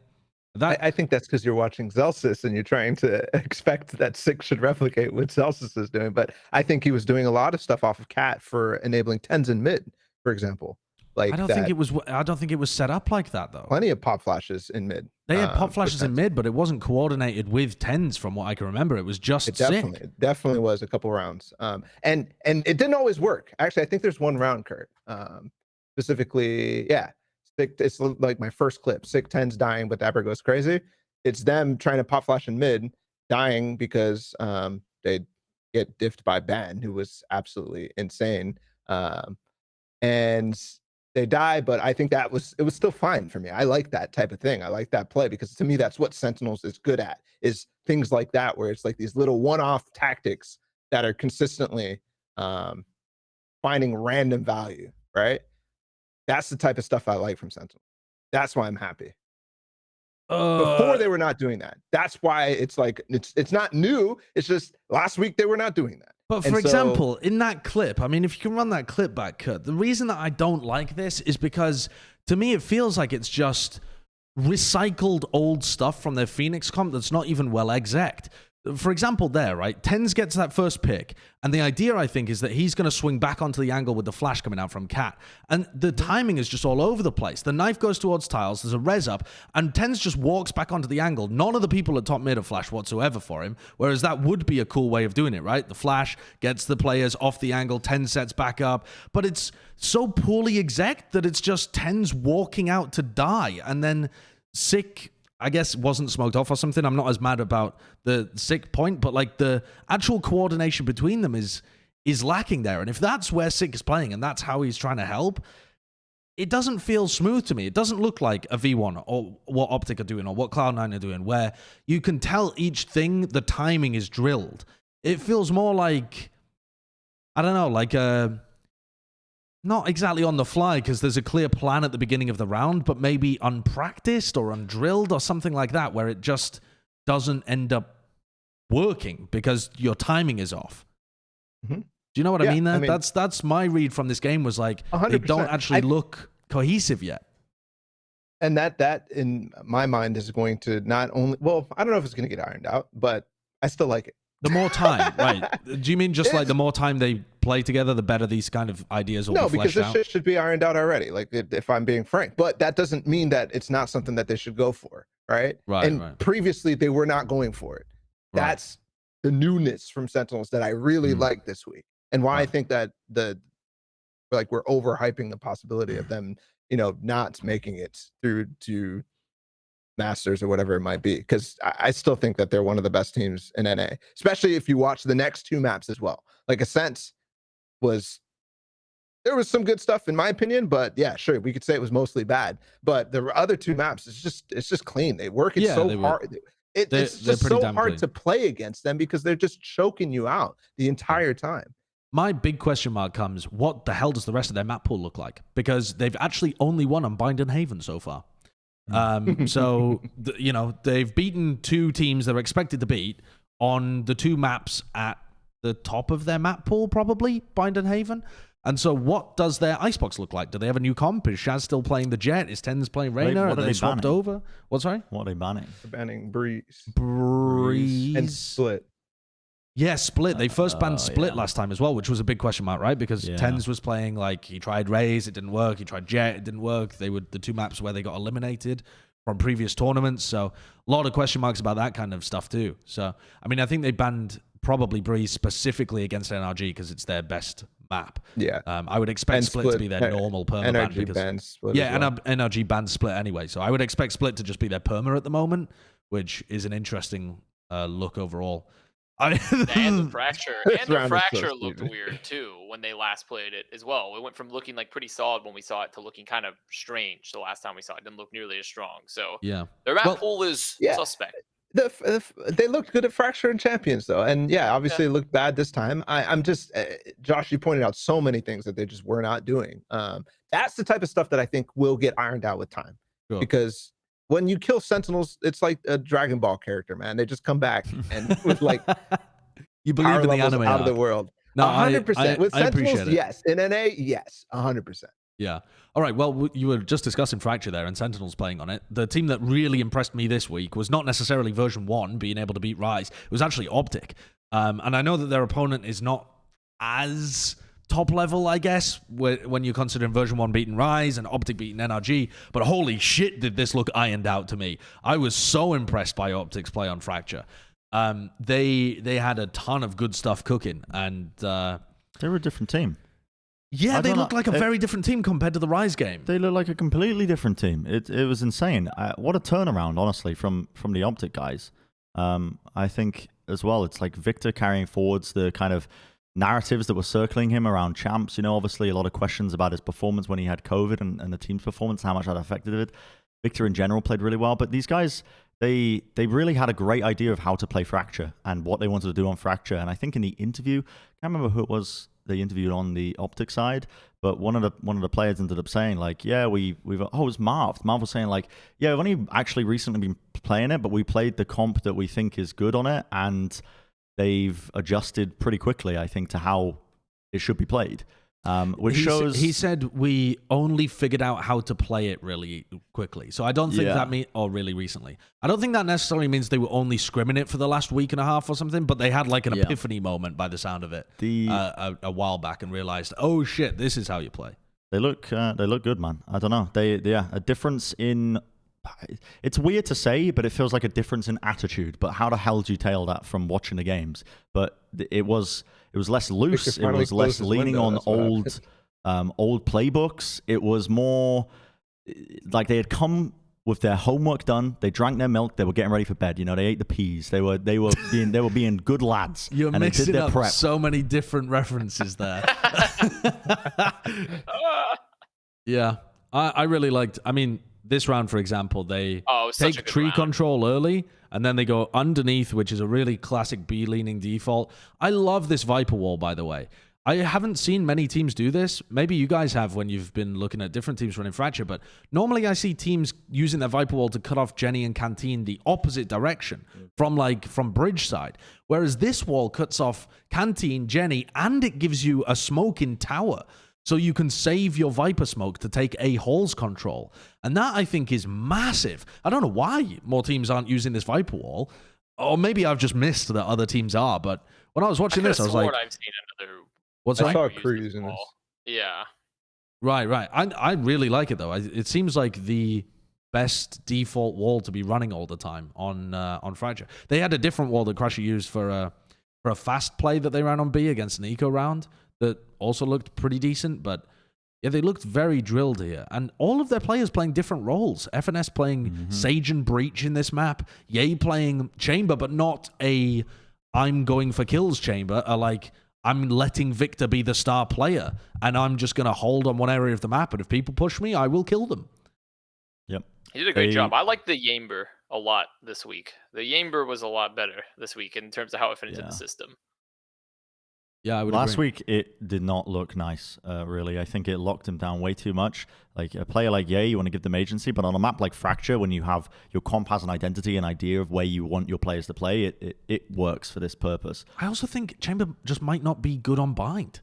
I think that might just be what we're learning, is that it might just be like, it's crazy good individually on defense, but it doesn't really fit into a team comp particularly well. That's the read that I'm getting from Chamber on bind personally. Yeah. Yeah, I'm looking forward to next week. But again, we'll talk about when we do the Preds. But yeah, for NRG, I feel like NRG actually, I feel like they've been underperforming compared to my expectations coming into groups for them, because I was looking at NRG as this team that could really upset a lot of teams. They have a lot of players that are really skilled individually, and they're not afraid to lean on that and set those players up. But something has been missing recently in terms of their play. Now, granted, they played against OpTic when almost all of their players were popping off, like just unbelievable pop-off moments from Marved as an individual, like Ye even on the Chamber, you know, and you see Victor having really, really good performances all around. So they did run into a very tricky opponent, which is a resurgence. They also nearly upset Sentinels, so... When Sentinels were looking also... Yes, they did nearly upset Sentinels, and I think as well, part of that is that I got sucked far too much into the narrative of, like, focusing on Sentinels as a team. They were the big question, you know, in my mind. But, yeah, I feel like this series in particular was a bit of an underperformance, and I don't know what some stats were. If you pull up the VLR, I'm pretty sure he kind of got owned, just the nature of it, because it was very one-sided matches. But he is such an important element to this team doing well a lot of the time. Like, the way that they set him up, the way that they play around Som is pretty integral to NRG's success as a team. And in general, he was struggling. He's up against, you know, some of the best players in North America. Yeah, it's understandable. But also, OpTic were in God mode this match. Exactly, that's what I'm saying. So Marved was fucking farming map one. And in my head, I've got that as they won 0 eco rounds. They won like 5 out of 10 against Sentinels. They won 0 in this map. In this match, sorry. And they had many opportunities to get kills. And Marv was just... I got a clip of them. He got the fucking ace in map 1. Where was that? I mean, also like Fracture, I think in the first like 9 rounds like of Fracture, they got like 12, 13 kills or something. I think also this was a difficult matchup for NRG in terms of how the maps shook out, because NRG really like to play Breeze, and I think OpTic are banning Breeze right now all the time. Yep. So this is like kind of a bad matchup for them. NRG as well, like no one really anticipated OpTic to be picking Fracture, and they looked really good at it as well. So I felt like they were kind of caught unaware, and then it fell to Icebox as like the map I think that NRG ended up picking, because I guess it's a map where it's quite standardized across the board, but you can still lean on your Jett to really get some work done, or whatever your star players. But oh, by the way, a lot of people roasting the no duelist comp for 100 Thieves on Acend, and for some good reason, I think. But this no duelist comp on Icebox is the truth. It's the truth. It's so damn good. And I'm not saying you have to run it, but it's good. The the big thing, if you consider like the difference between Icebox as a map and Ascent as a map, you have to get through choke points and push deep on the site on Ascent. On Icebox, you don't even have to go to the B site if you don't want to. You just tickle the edge of it and then you back off again. This means that you don't need that duelist to create space for you on the sites. You can use, your Viper Wall and your KO. I mean, this was lovely. I love this. Flash down tube, set up you the set chamber. up Yay into mid, you hold that mid. This is the beautiful thing about this comp on Icebox as well. It's like FNS. By the way, first half, if you watch FNS, the man's dying all the time with his wall in his hands. Like he's getting caught with his utility out, with his trousers down by his ankles. Someone's ripped open the school door and he's traumatized. Like he's traumatized, and those kids, they've been expelled because thankfully he went to a good school. But this comp, if FNS isn't dying in those scenarios, I mean, this might have even been a more one-sided match because he's saving the wall. He doesn't have to use the wall for tube. They've got Yay posted up in there. You can use the wall to disrupt this post plant as well that's coming through. Like if you get the wall to disrupt it so they have to spam through it to break it in the post plant, it's got legs, this comp. FNS actually, because he was dying earlier on, I think he made the adjustment. Maybe not because of that, but he started walling maze, like kind of as he felt the site hit coming in. Yeah. And he like did a TikTok wall for Yay to get a kill as they entry. And it frees you up to do that kind of stuff. Yeah, I mean he gets caught there. But the thing is, it didn't matter in this game because Marv and Yay were going crazy. And Victor's knives were getting a shit ton of value too. I mean, Victor in general has had a resurgence. I feel like compared to where I felt like it, Victor has felt like a real player again, like a real player in the success of Envy so far in VCT. I'm really happy too because he used to be such a huge player in North America, and it feels like he's brought back the crown's back for him a bit.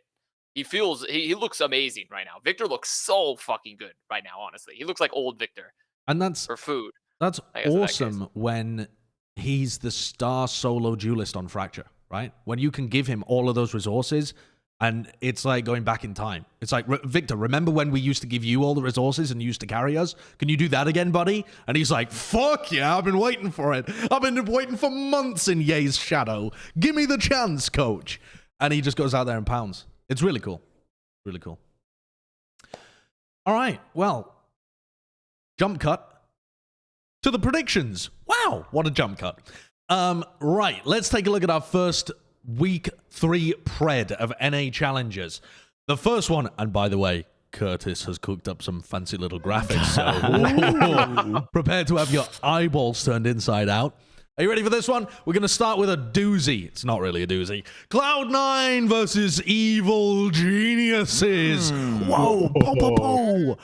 And we've all gone Cloud9. Yeah, I mean, yeah. So, is there anything you need to say about this one?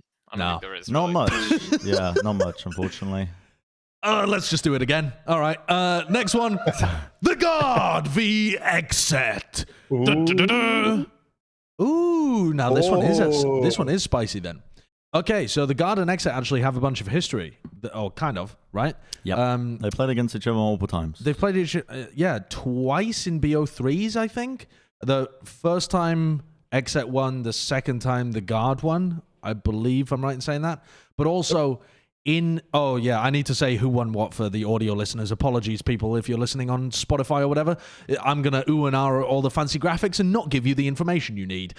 Myself and Bren have gone for Exet with the pred here, and Avast and Balla have gone for the Guard.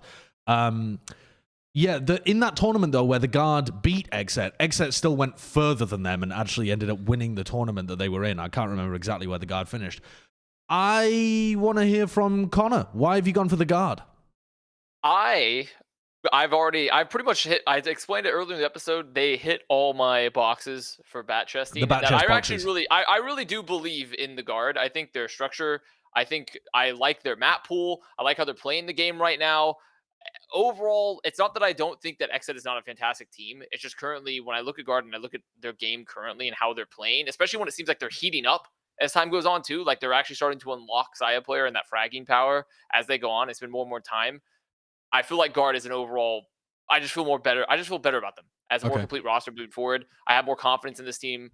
And do I have any specific reasons of here's a map pool thing that I'm like, oh, they can definitely exploit that? No, but I do feel really confident about their map pool as well. And I'm just feeling really confident about the Guard. That's really it. Balla, we've sold you on the Guard, and now we've converted you fully. I don't know if it's converted fully. I still don't think I think it's just that I'm unconvinced with both of these teams so far. I am just a little bit more convinced at this point with the guard after XSET versus Cloud9, and actually, to be honest, just XSET in general. I'm still not getting the wow factor from XSET that I believe I should be with Cryo and Zekin. Okay. Obviously, there are some instances where I'm like, holy shit, Zekin and Cryo are like when they play Bind, for example. But I'm just not convinced on even that map that it's the ideal way that they should be playing. And I feel like there are gaps in the way that they're playing that guard will fit into very well. Not only with the way that Net plays very aggressively as a Sentinel role in his lurks, but also just the way that VALORANT calls in general. I think he's going to be able to find gaps very similar to what Vanity was doing in more simple ways, honestly. And that to me is good. And plus, I just think the guard has gotten better week to week, better than XSET has gotten. I think XSET has actually, they start off very strong, and that's why they qualified very fast, but then they've flatlined a little bit in terms of improvement. Yeah, I see. I can definitely feel that. I mean, one of the reasons that I like them is that I think they're going to be able to. They're probably going to get Breeze banned in this matchup, right? Because that's Guard's permaban. I feel like XSET are going to be able to go towards Bind. I've really liked the look of XSET on Bind. I think there's a potential for Cryo and Zekin to kind of run them over there. And then if they just get Haven out of there, then... Yeah, I think Haven's going to get banned, right? Yeah, I would imagine that XSET would remove Haven. So, you know... Yeah. It's an interesting map pool that falls somewhere in the middle of both teams' pools, but I really like Bind for XSET, and I think that a lot of what Guard did really well in that 100 Thieves match were huge individual moments on map 1. Not all of what they did, but kind of the reason they ended up being able to win that first map was because of the huge individual moments, because otherwise it would have been mega close. Yeah. I'm kind of 50-50 on it, though. I'm really not confident in either of the teams taking this. I think it's going to be a banger of a match, though. I think it's XSET have got a bit of a lead when it comes to experience, just in general with the roster. Even though they've got young players, but even still, I just think they have that lead. They're regular opponents, at least in officials as well. I don't know about scrims, but yeah. And I think the map pool should favor them because I imagine Haven's going to get removed, and outside of that, it is pretty even. But what would it be like? Bind, split, and then Acend? I don't even know what the map pool would be. Well, the guard might surprise us and let Breeze through. Which would be really interesting if that did end up happening. That would be a bit crazy, I think. I think what the XSET have shown that I think that Cloud9 match honestly pried open a bit of the weaknesses of running the double controller on Breeze. So they might end up doing that. They might cook up something crazy. Good luck exploiting. I mean, the guard have been kind of crazy so far. So yeah, they've been pretty good. Going to be a bag match though. That kind of defines who the second best team in the group is. Also, I'm not like Cryo kind of underperformed in his match. Or not underperformed, but he was up against a team that was going pretty crazy, like in the form of Cloud9. And I think against Sire Player, I don't know if Sire Player had some ridiculous clutch moments, and we've all got that in our mind when we're thinking of the guard right now. But I feel like both of these teams are going to be, there's no nerves. The jitters are probably going to be out. It's a familiar opponent, and I think the experience and map pool should favor XSET in that regard. Okay. Well, let's move on to our next match, because the next one would normally not be as interesting, but in the current situation of 100 Thieves, it is. It's 100 Thieves against LG. Brand new 100 Thieves. So, Luminosity 100 Thieves. Who have we got? Ooh! Connor's going for the LG pick. I'm simply going... honestly, realistically, I don't think this is like a set in stone thing. 100 Thieves, the player quality is still there. And they nearly beat Guard they could have won that series before they got to Ascent. It's very possible.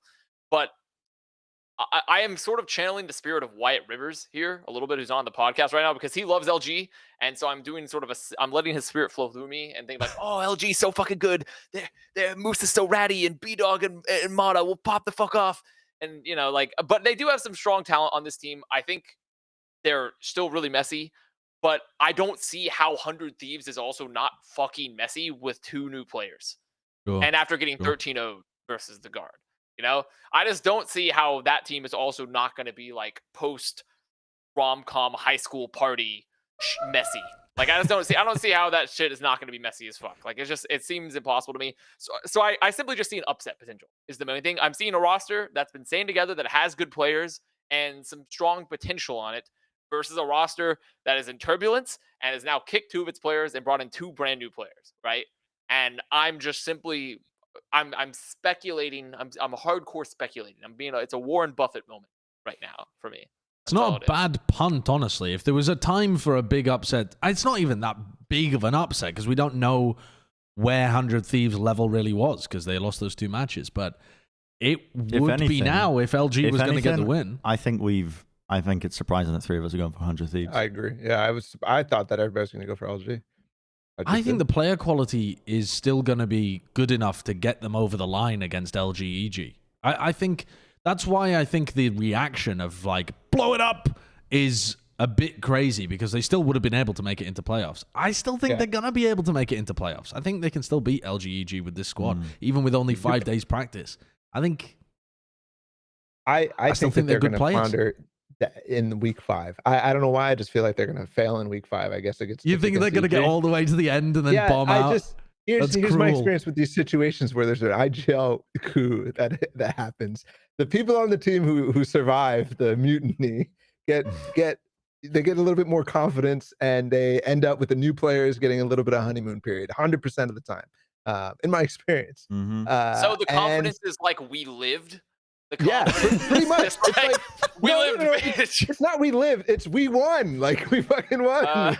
We killed the other guy. It's just a man over nature situation, like a rush of endorphins.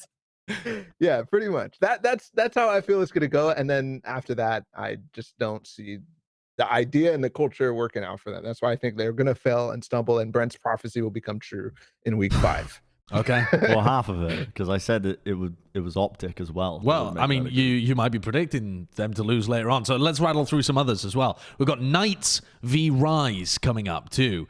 So that's a match that could be somewhat important. And Balla's actually gone for Knights. Okay, I thought we were going to be unanimous here with Rise. Balla, tell me why you've gone for Knights. Rise looked flat this week again, and it's pretty much a gamble on whether Rise, the good Rise, is going to show up or the bad Rise is going to show up. There was moments in that game, especially on Breeze, where I'm just like, what are you guys done? Like, what's happening? Like that last round of the game, I'm like, what? You guys just called the timeout. You're supposed to be good out of timeouts, and they're just like, no, we're just going to hit it again. Like situations like that. There's not one player on Rise that is playing particularly well at any point in time, except for Derek, and even him, he's starting to flounder a little bit. So I thought Knights played well against Sentinels, very well, even though they got kind of stomped on bind, but and the next map as well. But it still didn't feel to me that they were getting completely outclassed. I think Ban is insane. He had a great game. He's freaking nuts. And the fact that they played that close against Sentinels, to me, speaks to the fact that they're not as bad as that first game showed. So yeah, I think Knights will win. Okay. Let's talk about Sentinels then. They have a El Clasico North American matchup. It's Sentinels against OpTic to launch things up. And we are split here. It's again the same split that we had with the Acend guard game. It's the Brits in the middle believe in OpTic. Time speaking our minds on the desk in between.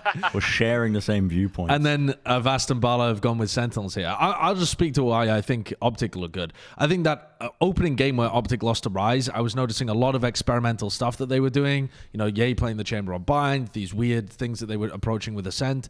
And they didn't look fully formed, fully fleshed out. I think that interim week either shows it's a map thing, where certain maps, they have new ideas that are really ironed out. Their Icebox ideas and their Fracture ideas look very polished.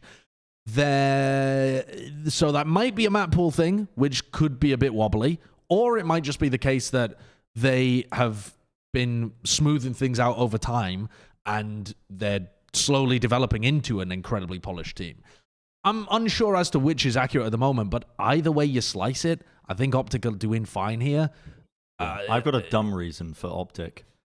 I've got a stupid reason. And it's like, it's thinking about both of these teams, I feel like we're both going to fall into the classic trap of like the top dogs stagnating and falling behind, and OpTic just so happened to get the fire lit under their ass a little bit sooner than Sentinels. And I think both of these teams are going to be bringing their all in this match because they don't want to lose. It's like a huge match for them. Like both of these teams have history. But I think OpTic, they got that fire lit under their ass a little bit sooner, and they realized that the exam was coming up. You know, they did their homework. They've and they're been starting to cramming prep for 2 weeks yeah, instead the of discipline's there, whereas Sentinels, I think, are still working towards it. So that is the edge I'm just giving towards OpTic in this matchup. I'm going to say my point on the case. So, Balla, you can give your real reasoning. I fucked up. I didn't finish watching the OpTic match. You're abandoning me, bro. I didn't finish watching OpTic. I didn't finish watching the OpTic match before making this spread. And after finishing the OpTic match, I was like, oh, I think OpTic way better than so I fucked up. I fucked up on this one. But I'm with you, Balla. I'm raising better. I'm gonna beat the drums in the battle charge. And you know what's really funny though? You know what's really funny? I didn't watch the OpTic. Oh my Christ. Wow. But I still will fucking stand by it because I think your criticisms of Sentinels, as I spoke about earlier on, are a little exaggerated, in my opinion. Okay. All right. Well, wonderful. The Sentinels' belief is running strong this episode. Very strong. Let's talk about the last game for North America then. It's version 1 against NRG. Is anyone punting for the plucky underdogs? No. Are they going to get sandwiched by version 1? Yeah. I will say, we've all gone version 1 here, but there is hope if you are an NRG fan, is that in the interview, version 1, who the hell was it? I think it was... Might have been Xander, I can't remember. So it was one of the players though, and the upcoming match was talked about against NRG. Okay. And they said that they really respect NRG as one of the better teams, if not the best team in the group. Like in terms of the teams that are going to be holding a candle to them. So I think that there's NRG. I feel like maybe they're gathering that off of internal scrim data. You know, yeah, they've been playing against each other. But that might just be something that NRG. We might just see a different NRG turn up on that day, and version 1 might struggle. I can't see it happening based on what we've seen. Version 1 look elite and well drilled, and NRG have just been falling flat recently, but it could happen. There is hope if you're an NRG fan, if you're a SOM fan, if you're a tier 3 sub, there is hope. All of the hope comes back to one interview where they said that they really respect NRG. Yep. And you're hoping that there's some wild stylistic matchup where NRG outperforms. Make no mistake, I predicted V1. I'm just saying, if you are an NRG fan, that is what you have to grasp. It sounds like you're saying, tier 3 SOM subs, become a member to Plat Chat.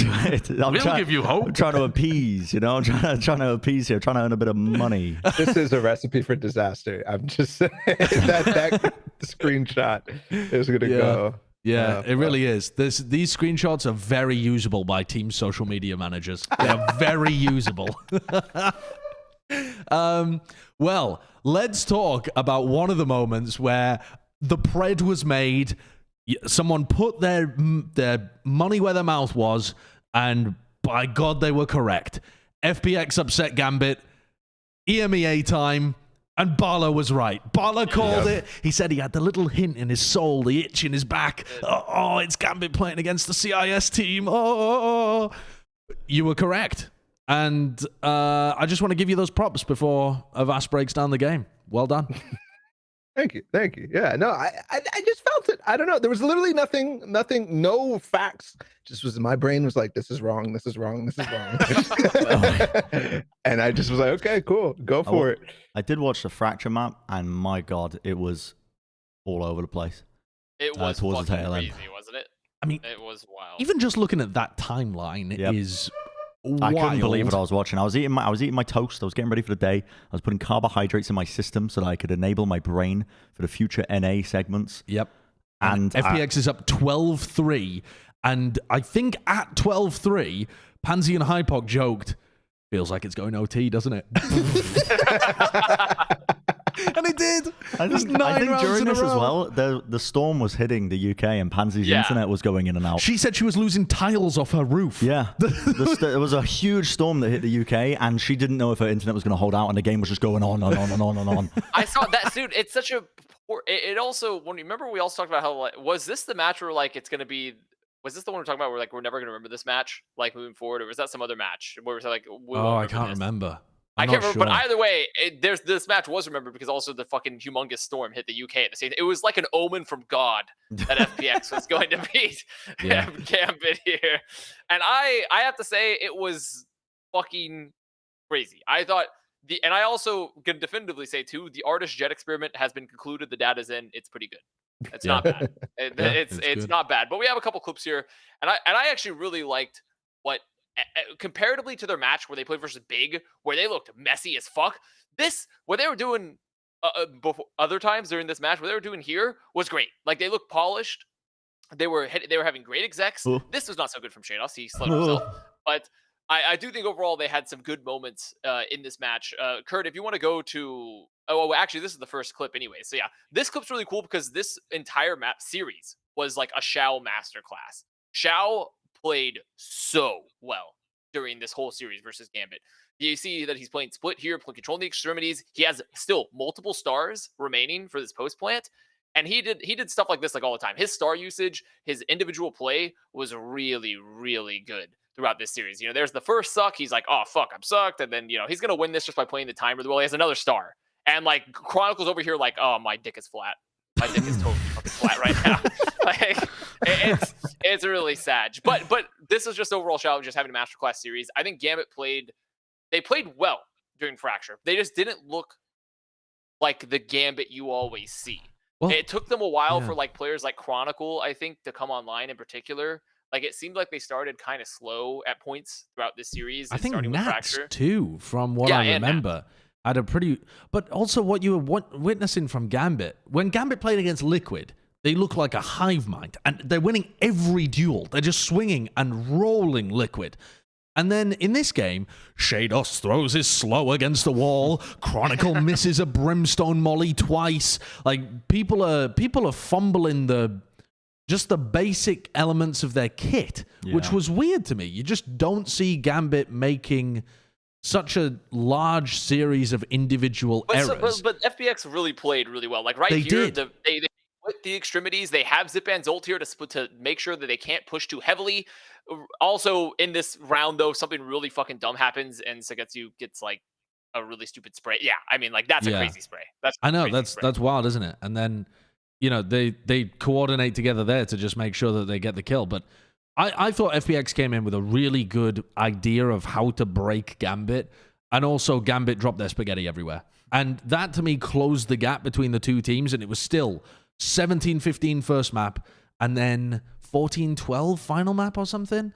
Yeah, 14-12 final map. And Bind was not that close. Gambit definitely was the way better team on Bind in particular. Like, they had a much better read, but Fracture was really close. Playing some dumbass.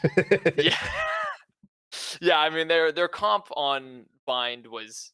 they did the double duelist with some interesting stuff, but I do think the double duelist was actually really cool for Fracture with the Raze Jett and working with the Breach. I think it was really cool what they were doing there. Like, Artist did a great job multiple times of opening up the site, and they were really coordinated. Like, Kurt, if you go to let's see, I think there was one. Yeah, there it is. It's the third clip I sent you. And also the other thing FPX did too a lot. A site was invisible for them this whole series. Like, their offense, their attack, they pretty much only hit B site the entire time. It was like only B site hits the whole time, and it worked out really well. And I think it served for their double duelist strat really well because they're able to take so much space with the Raze and the Jett. But like right here, you see how coordinated they are. Like, Chronicle, they know where he's at. There's the fault line. Immediate Artist dash in, gets an early kill. And they just got so many openings like this from how well coordinated they were from the utility with their Breach and with both Zipan and Artists. And I do think that FPX played very well, but like you talked about, Josh, it was not the same Gambit that we had seen in the past. It was not exactly the same Gambit at all. And also, Xiao was just having like a series of a lifetime, I think. I also think it's just cool, though, that FPX, the team that's known for this, like, no duelist, tactics-heavy kind of thing, are now running, or at least now finding the most success, generally speaking, running these Jett-heavy support artist kind of looks. I know that they've also been running the no duelist Icebox comp as well, but I think Icebox is a very different beast when it comes to this kind of stuff. But their best looks on other maps, like when they've played on Haven and when they've played here on Fracture, have been supporting artists to go in and pound, and then having Zipan be like the secondary person, which is very anti how FPX have been playing historically, and I like that they've been willing to make that adjustment with these new players. I thought they were just going to end up being a chaotic mess because it would be, you know, the path to success was so opposite to the path they want to play. But it seems like they are willing to make these kind of adjustments to move in a different direction and try and make that direction as good as possible. I think that's quite cool. Yeah, they did a lot of great things. And also, they did do a good job with Shell just abusing. I think they did a good job of abusing Shadow's wall a lot, because I think for a lot of entries, like Kurt, if you go to, I think it's like the third clip from the bottom. So it's not the last one for Fracture, but the third clip towards the bottom there. There's a lot of moments where they would entry onto sites. Like Shados was using the wall like you sort of see on like Split, where you're just controlling areas and you're just making sure that you're getting info. They started to abuse that a lot. But right here on this plant, look at these stars, look at the fault line. They get so much sight because of the fact this wall blocks of the sight for Gambit. They can't contest them walking up at all. And then as soon as they hear the plant, as soon as the wall's down, they just use the wall to set up their utility and get kills behind it. And that happened a lot. And I don't think that the Gambit necessarily used their wall badly. They had other moments where the wall was good and they used it to take some like extremity control. But they definitely abused the wall mechanics for Shados a lot. Yeah, in the match when he was on. Shados on defense was getting very little value out of the wall and didn't really try and use it differently either. No, it was almost exclusively like that split wall that we saw a lot, where the Sage would just like pop something there on B site or on A site, and then they would just spam it down. And like, what value did you get? And it happened a lot. It was like an arcade, I think, or maybe Dish. Yeah, I think it was arcade. Also, to note for Fracture Map, I saw, if you go to the last clip, Kurt, I think we have officially, I don't know if anyone else has seen this, maybe I'm wrong. Was this the first tripwire kill in an official? I think it was. I've never seen this Nats before. Killed somebody with a tripwire here on Fracture. I think he killed And it was the Zipan first with time it, I've ever seen it. It's the very beginning of the clip. It's like the replay. It's because you can only see it in the kill feed. You don't actually see it like happen. But I've never seen a tripwire kill before. But like it's right here on this take. He kills somebody with a tripwire. Yeah. I saw people posting. I don't even know how much damage a tripwire does. 5. Is it 5 damage? I think so, yeah. Yeah. That's kind of wild, isn't it? I've been killed with the dog a couple of times. It does 15 damage. You're a VCT caster now. It's called Trapwire. Yeah, but fuck off. You must abide by the proper terminology. Is it? Wait, I honestly thought it was tripwire this whole time, but it's a trip. I'm not even going to say the wire. I'm going to keep calling it trip. It's a trip. Well, either way. Also, we don't have to talk about Bind. Kurt, just play the first clip of Bind, and that's all about Bind. That's all Bind. Just play this one clip. Play the very first clip, and this is Bind. Essentially summed up into a clip. They were just a way better team. They're like, oh, look, any retakers? Oh, we've got it. Oh, let's play. Or actually, this is a site take after rotating around. And this is Nats just badge.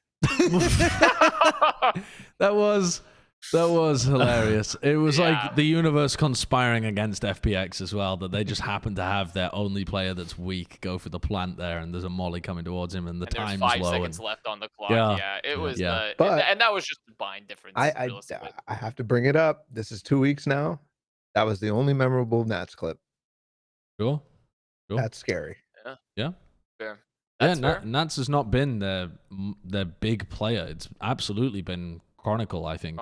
And combining that with champions, I'm getting scared of a Nats slump.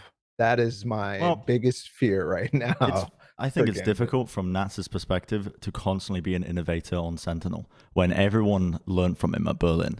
Like everyone took his setups, everyone learned from him. They know his play style as well.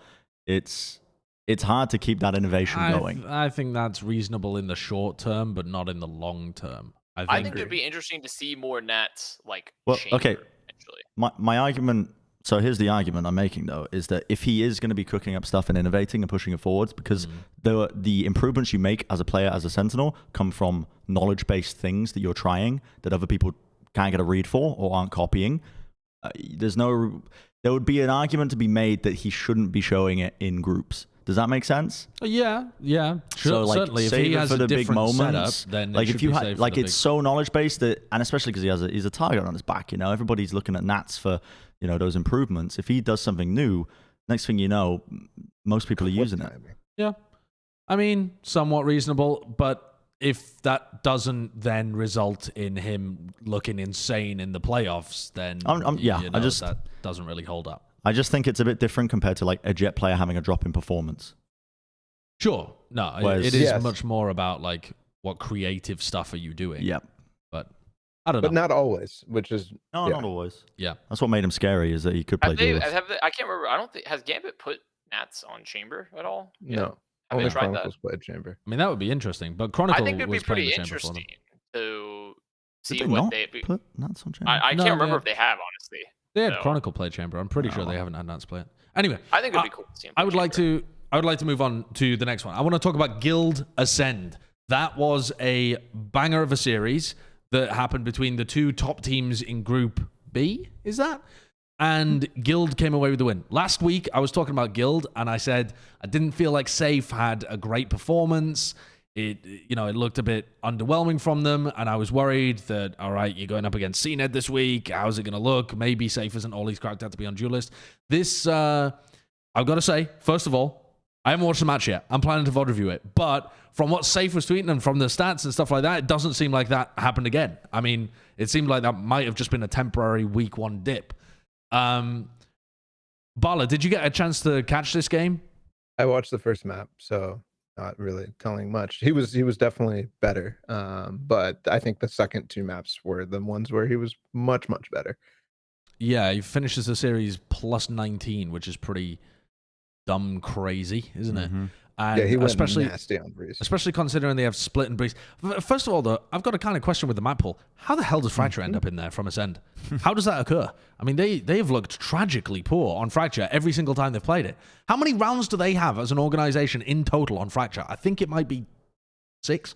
Yeah, I don't know. I mean, it's not many, right? The comp they're playing as well is kind of weird. It's very strange. So, I mean, Starzo's playing Jett. It's very odd. I still need to VOD review this game. Connor, did you get to see it? Are we all just in the dark on this? I have spent my time looking at Gambit, FPX, and also the other blockbuster match, London Big. So. Yeah, blockbuster game. Yeah. All right, so maybe we revisit this when we're talking about like upcoming matches for them another time. But this was a club banger, so we should if you're looking for a big game in EMEA to watch this week, you should absolutely go and watch it. I'm going to be doing a VOD review of it tomorrow because I didn't have the time because I was focused on North America. Yeah. We haven't done our homework. Well, yeah, exactly. We're in trouble. Moving on, though, one of the games that I did enjoy watching, the bits I caught, Liquid NAVI. Mm-hmm. That was a weird-looking match.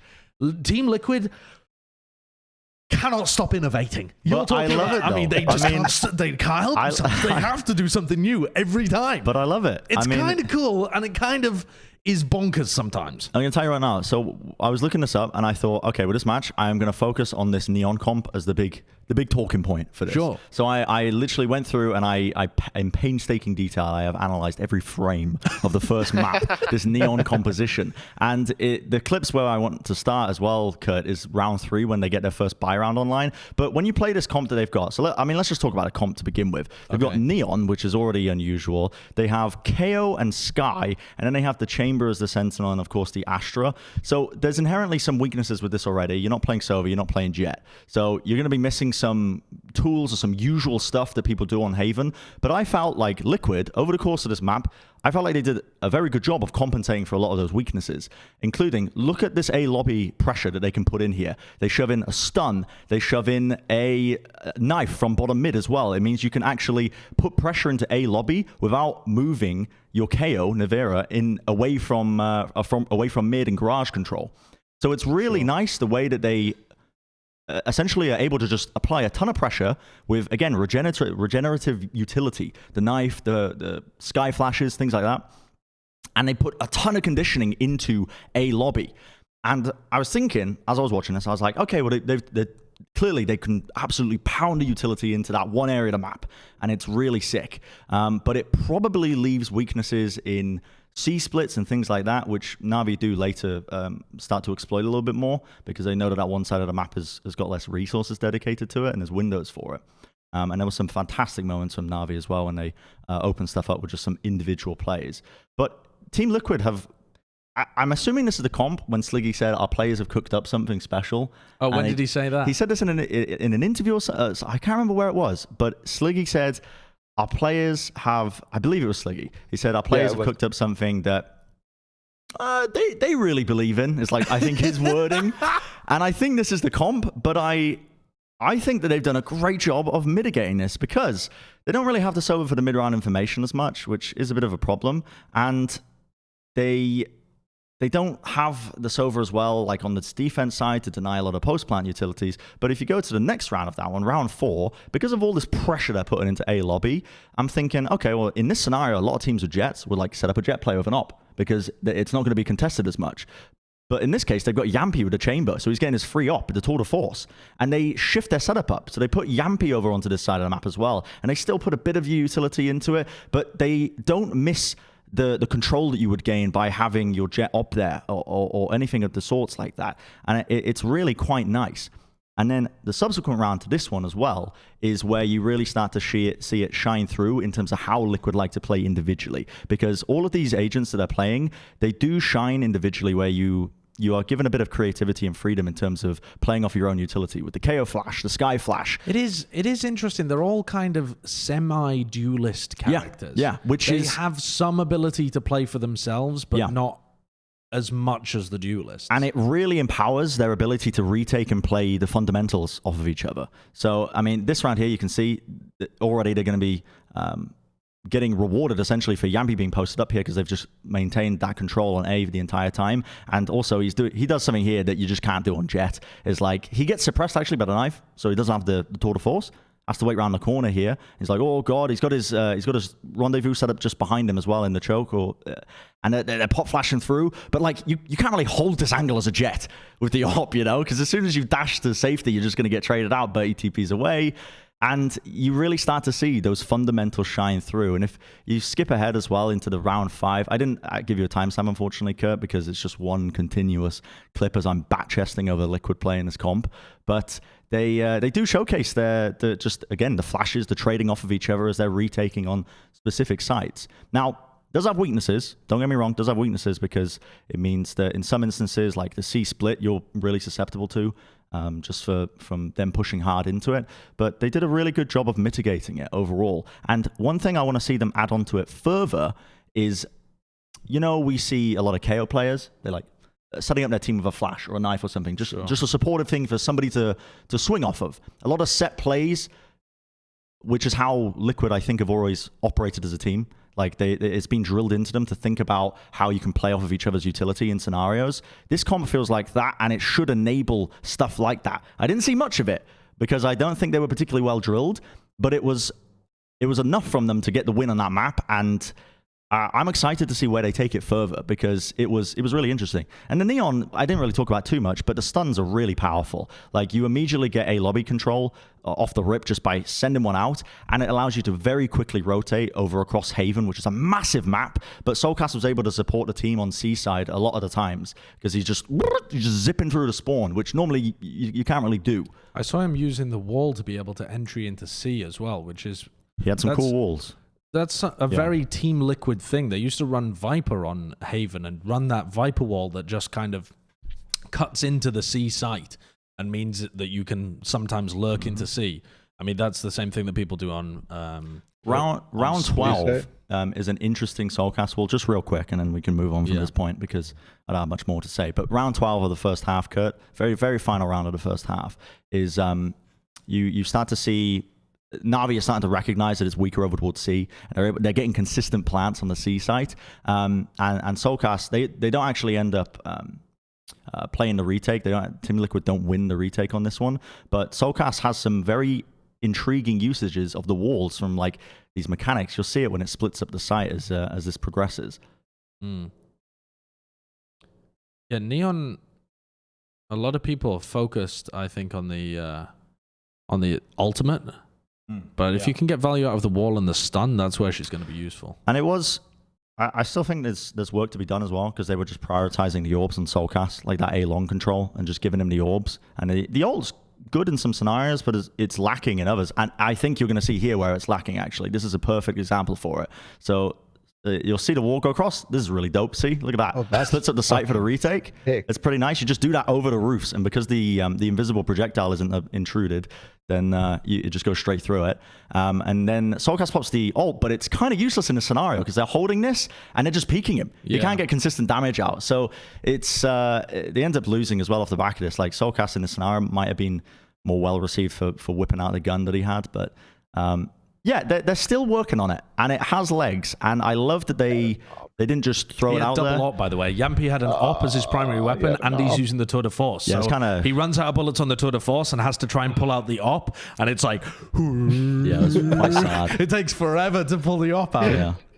But it was cool. It was cool. It has legs. They can take it further by playing off of each other with utility a bit more, like setting up some cool plays because they weren't really doing that as much. But I can see Those the vision. concussors are so good. They're just so good. I can see the vision with it. I really can. Liquid are so unusual. They always have different comps. They ran like the no duelist comp on Haven before that 13-0'd, what was it, BBL or something? In like Masters 2 qualifiers. Yeah. They love to experiment. And then they had a completely different Oxygen, Haven that's comp. what it was. Oh, was it Oxygen? Yeah, you're right. Yeah. And then, they've just been trying out a bunch of different stuff. They're really not afraid to experiment. And sometimes it goes wrong, and sometimes they find some genius ideas. So it's difficult to criticize when they've had a decent proportion of successes from it. But it certainly can be. I mean, like their Breeze thing needs criticizing. This one, the triple initiator ideas, Breeze comp. Yeah. That one's. I only watched the first map, and I need to go back and watch the rest of it because, like we said, I was too busy with prepping for NA, like the broadcast on the weekend. But in general, I don't know. It looks good, has legs, and I think that match is an absolute banger. So I need to go back and watch the rest of it. Did anybody else watch the rest of it? I was watching it on my second monitor while I was doing setup, but again, not one that I've in detail VOD reviewed. God, we are just horrible streamers. Dude, we're going to get so many comments. They can't even talk about EU, man. This is the better region. I know. We talked about Gambit FPX. I could talk about London Big. So yeah, it's need to do the podcast on like Friday, so we've had enough time to VOD review everything. Just miss all the drama. Yeah, I mean, this week I was more busy than usual. Anyway, let's go into some predictions, I think. We'll do some EMEA Preds, and then we'll wrap things up. First of all... You watched London Big? I watched London... Yeah, I did. I watched London Big for no reason. I could have watched a useful match. Like, literally, because if you guys aren't aware, obviously not all of us can watch every match, like, right when it happens. So we have sort of a system to where, like, hey, we need to go to the fit stuff. Go look at these matches so we have, material. So I'm like... I saw London Big was one of the matches that needed to get material for. I was like, I'll jump on this screen. I'll jump on this. I got this one. So you're a London Big specialist. I actually do like London though. I like okay, the team. But Spark Notes, I'm just gonna do Spark Notes of it. You've got 30 seconds. We're not gonna go through the clips. Literally Spark Notes. Big London played Valorant, Big did not. Big was just like they got kind of demolished. They did not really have a cohesive plan. And London kind of actually had a real plan, and they just rolled them at every opportunity. It was really not a very good match. London looked better, like more like a promising team like we've seen from them, but Big looked pretty rough. They looked a little rough. They had no map control, blah, blah, blah, blah. So, yeah. Yeah, I actually did watch London Big as well. Boo had a pop-off game. Boo owned. I don't know why I watched London Big. Was it the first game of the day or something? Is that why I had enough time to watch it? I don't know. Anyway, I did watch it. I think I was in bed doing a Sudoku. I think that was that day. All right, let's look at some Preds then. We've got London United playing against FPX. That's the game that we're going to begin with for the EMEA predictions. I thought this one was actually a kind of interesting one. Let's take a look. London United, FPX. Okay. FPX believers. FPX believers. What are you guys doing? You never bet on FPX. I mean, after that match versus Gambit, they actually looked really good. Yeah, no. And London has not given me... I don't know. They had one good match versus, like, Big. And Big looked pretty rough. But is that enough to sucker me, Connor, and Bren into going for FPX? I'm not sure. Yeah. I'm not sure. I mean, listen, I watched a bit of that Fracture map. It was so back and forth. It was so scrappy. I don't know. I felt like I was in a trance, and now I'm just locked in. I'm locked in. It's definitely not my lack of knowledge on London United that's making me drive towards this prediction. They are a good team. I think London, if they play like they did this week. The thing is, though, if FPX play like they did this week, maybe they win. I think this is really even, but also it's a really important one for... Is it actually... It's going to be really difficult for London to get into third place in this group because FPX got that upset win over Gambit. So, you know, FPX are 2-0 right now, and only 3 teams qualify, and Gambit and Liquid are in this group. So it is really tough for London, having lost that opening game to NAVI, I think it was, right? To be able to get into a position to get third place. They would have to get an upset over Gambit or Liquid, as well as beating FPX, probably. So this is a really important one for the standings. But it doesn't guarantee that London would even get third place, even if they did win this one. Yeah, kind of tricky.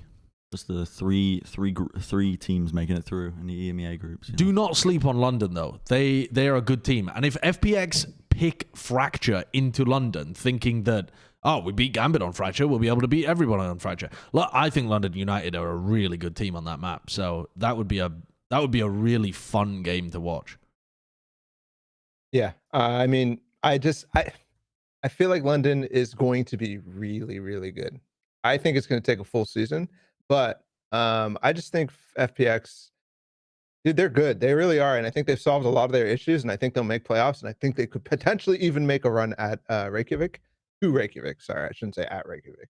But I just also think that they're hot and cold, and they get lost in the sauce still. They still have that one little issue where they get lost in the sauce. And maybe the Gambit win will make them be a little overconfident, and they shouldn't be. They really shouldn't. So yeah, I think there's a possibility of London. Yeah, I enjoy being a React Andy with FPX. If they let me down and never talking about them again, if they win one game, I'll play them for the entire future of the Valorant. All right, next game is another CIS matchup: Gambit against NAVI. And you know what Balla did last time? And no, damn it. Why does the logic not apply here, Balla? Why do you not have the feeling in your bones? Is it because you think Gambit's got a fire lit under their ass after losing? Yes, and I also think NAVI is a little bit more of a standard team. I think that NAVI honestly bases a lot of what they do off of Gambit, for example. And it's not like they're going for wild things. It's not like they have any specific player who's going to go fucking insane, even though they have pop-up potential. But it's not like an artist situation where he has a chip on his shoulder. He's going to win every single gunfight and literally get in the face and completely ignore the rest of his team. Sure. It's different. And there are moments where I watch NAVI and I'm just like, dude, like, yes, the ideas are good. And it's not even like an FPX situation where it's like the ideas are crazy, but they're bad. It's just that the ideas are good, but their execution consistently falters, and when they bring them out is always weird. I like NAVI, but I don't have faith in them to beat Gambit. Okay, fair enough. I mean, that's very reasonable. Gambit are still probably odds-on best team in the world. Big Liquid. That's the next matchup. Boy, oh boy, what a slapper. And... Actual pred for big from Balla? Did Balla accidentally write the wrong team? No, I didn't write the wrong team. It's gonna be hard to defend, but there's something in the air. Don't tell me it's the tickle. You're going for the back-to-back prophetic announcements of upsets. It's not the tickle. I feel like Big has gotten the wrong end of the stick or some shit so far. Like everybody's like, they look shit. I from the open qualifiers and what I've seen against against teams like London United, they are solid, man. They are solid. And Liquid, while I really like them, they have random issues. And their comps, dude, except for the Haven one, I'm not convinced. They're lost in the sauce in some instances. I just think that GOB could actually really, really work this team. I think you're right that Liquid is lost in the sauce, but they've been in the source for so long. They've gone through an evolution process where they have gills and they're able to breathe in the source. And they're going to drag Big into the source with them. And Big still use their lungs and they're drowning in marinara.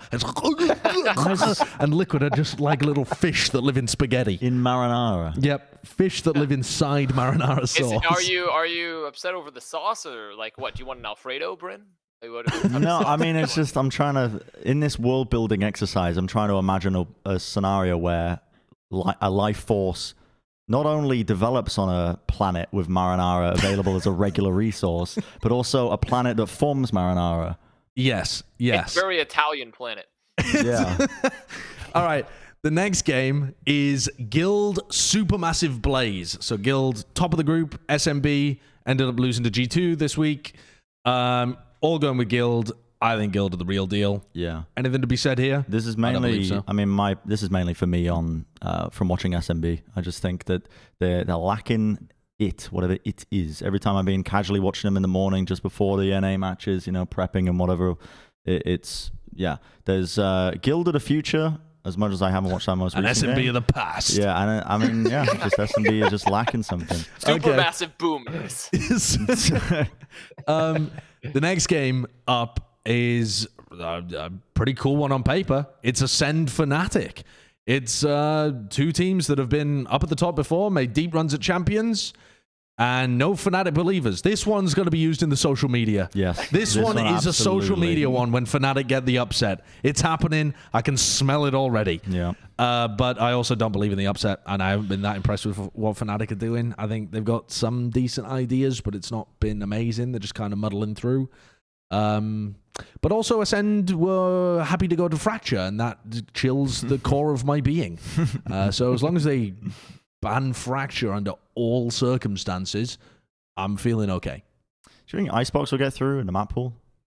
Yeah, I think that's very possible. Yeah. Because I think mean, Acend should be banning Fracture.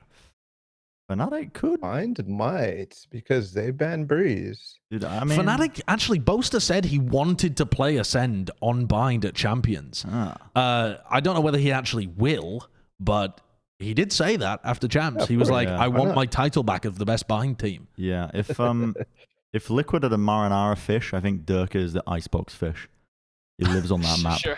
So if that's in the map pool for this series, then I'm leaning towards Fnatic, and I'm willing to put on the clown makeup for the social media posts as this gets spread everywhere. Okay. The final game then is G2 BBL, which I've got to be honest, I don't care about this game. There's no way. Bro, what is What's going on here? I'll be honest here. I'll be honest. I just predicted it so that the prophecy from earlier on in the group stage of the episode will be true. But I think it's possible. Like, I honestly don't think it's madness. No, it's not 30%. Madness. G2 have been looking G2 are shaky, iffy, and honestly, with BBL, I think they. I mean, I don't think BBL look good either, but I think G2 looks shaky enough that it's not out of the realm of possibility. This idiot, they're 0-2 and 0-2, and I voted for that. Is it possible for Kushner to carry BBL in this upcoming match? Nasty. Yeah, Kushner is nasty. I feel like that's going to be the center point that I would focus on in this match. The thing that I said was that I think G2 are going to get close to potentially taking third place, and then they're going to lose to BBL in one of the later weeks. And here comes the later weeks. Our final segment This is a weird one. Our final segment is a weird one. I'm just thinking it through in my head. It's Wyatt's weekly award, but without Wyatt? What? Oh, I didn't see you there. Time for Wyatt's weekly award. And dinner. There he is. Where is he? I was expecting. Is he under the table? No, he's not here. No popping up appearance. Kurt, did he already submit one, or is it for us to decide democratically? We have to decide it. We have to decide. I feel like, okay, if I can embody the spirit of Wyatt for a moment, it definitely would have been something about the 100 Thieves guys. drama, right? I'm going to try and be Wyatt for a second. Whatever, dude. guys, I thought long and hard about this one. There's a lot of players that, were saying they deserve Wyatt's weekly award. And fuck, who would Wyatt give it to? I mean, maybe Wyatt gives. I it did to somebody on the guard. I know. I think I know who would give it to. Yes. Hiko played against Trent, and yet the veteran was defeated by the rookie. Curious. Curious. So Then again, Wyatt. I'm channeling Wyatt. You're giving it to Trent? I think he would give it to Sire or Trent. I think he would give it to Sire or Trent personally. I don't think so. I think he'd go for the because FPX finally he can talk about them. Oh, Wyatt he can hates finally talk talking about about- but he FPX doesn't because they wanna talk did about it. something. Yeah. Can you channel Wyatt? No. The problem is that but that doesn't count as doing something because it's a group stage match, Like it's not doing something still, right? It's I like think, one- but Gambit's also, pretty big. can you imagine how mad Wyatt would be if we gave the award to FPX and he didn't so want it to go true. to FPX? That's so true. I mean, actually. 100% we should do that. I'm absolutely on board. Yeah. Wyatt's weekly award goes to FPX for doing something this week. Hell yeah! Woo! Ooh, yeah, momentum. It's back. We're back. Momentum. You got a guys. huge upset. Balla called it. Massive performance. That actually has, though, booked FPX's ticket, hopefully, into the playoffs in at least the third spot in their group. So it really was a massive game to be able to win. And it was a fucking awesome match. And now we can talk about FPX again until they lose to... who are they playing again? They lose to London United. London United. NAVI. And then when they lose to London United and the mayor of London declares an emergency across the entirety of the country, then maybe Wyatt will have to rescind the award. But that does it for this episode. That was episode 80, the big old 8-0. We will be back with 9 Squared next week. Subscribe to our YouTube channel. Bye.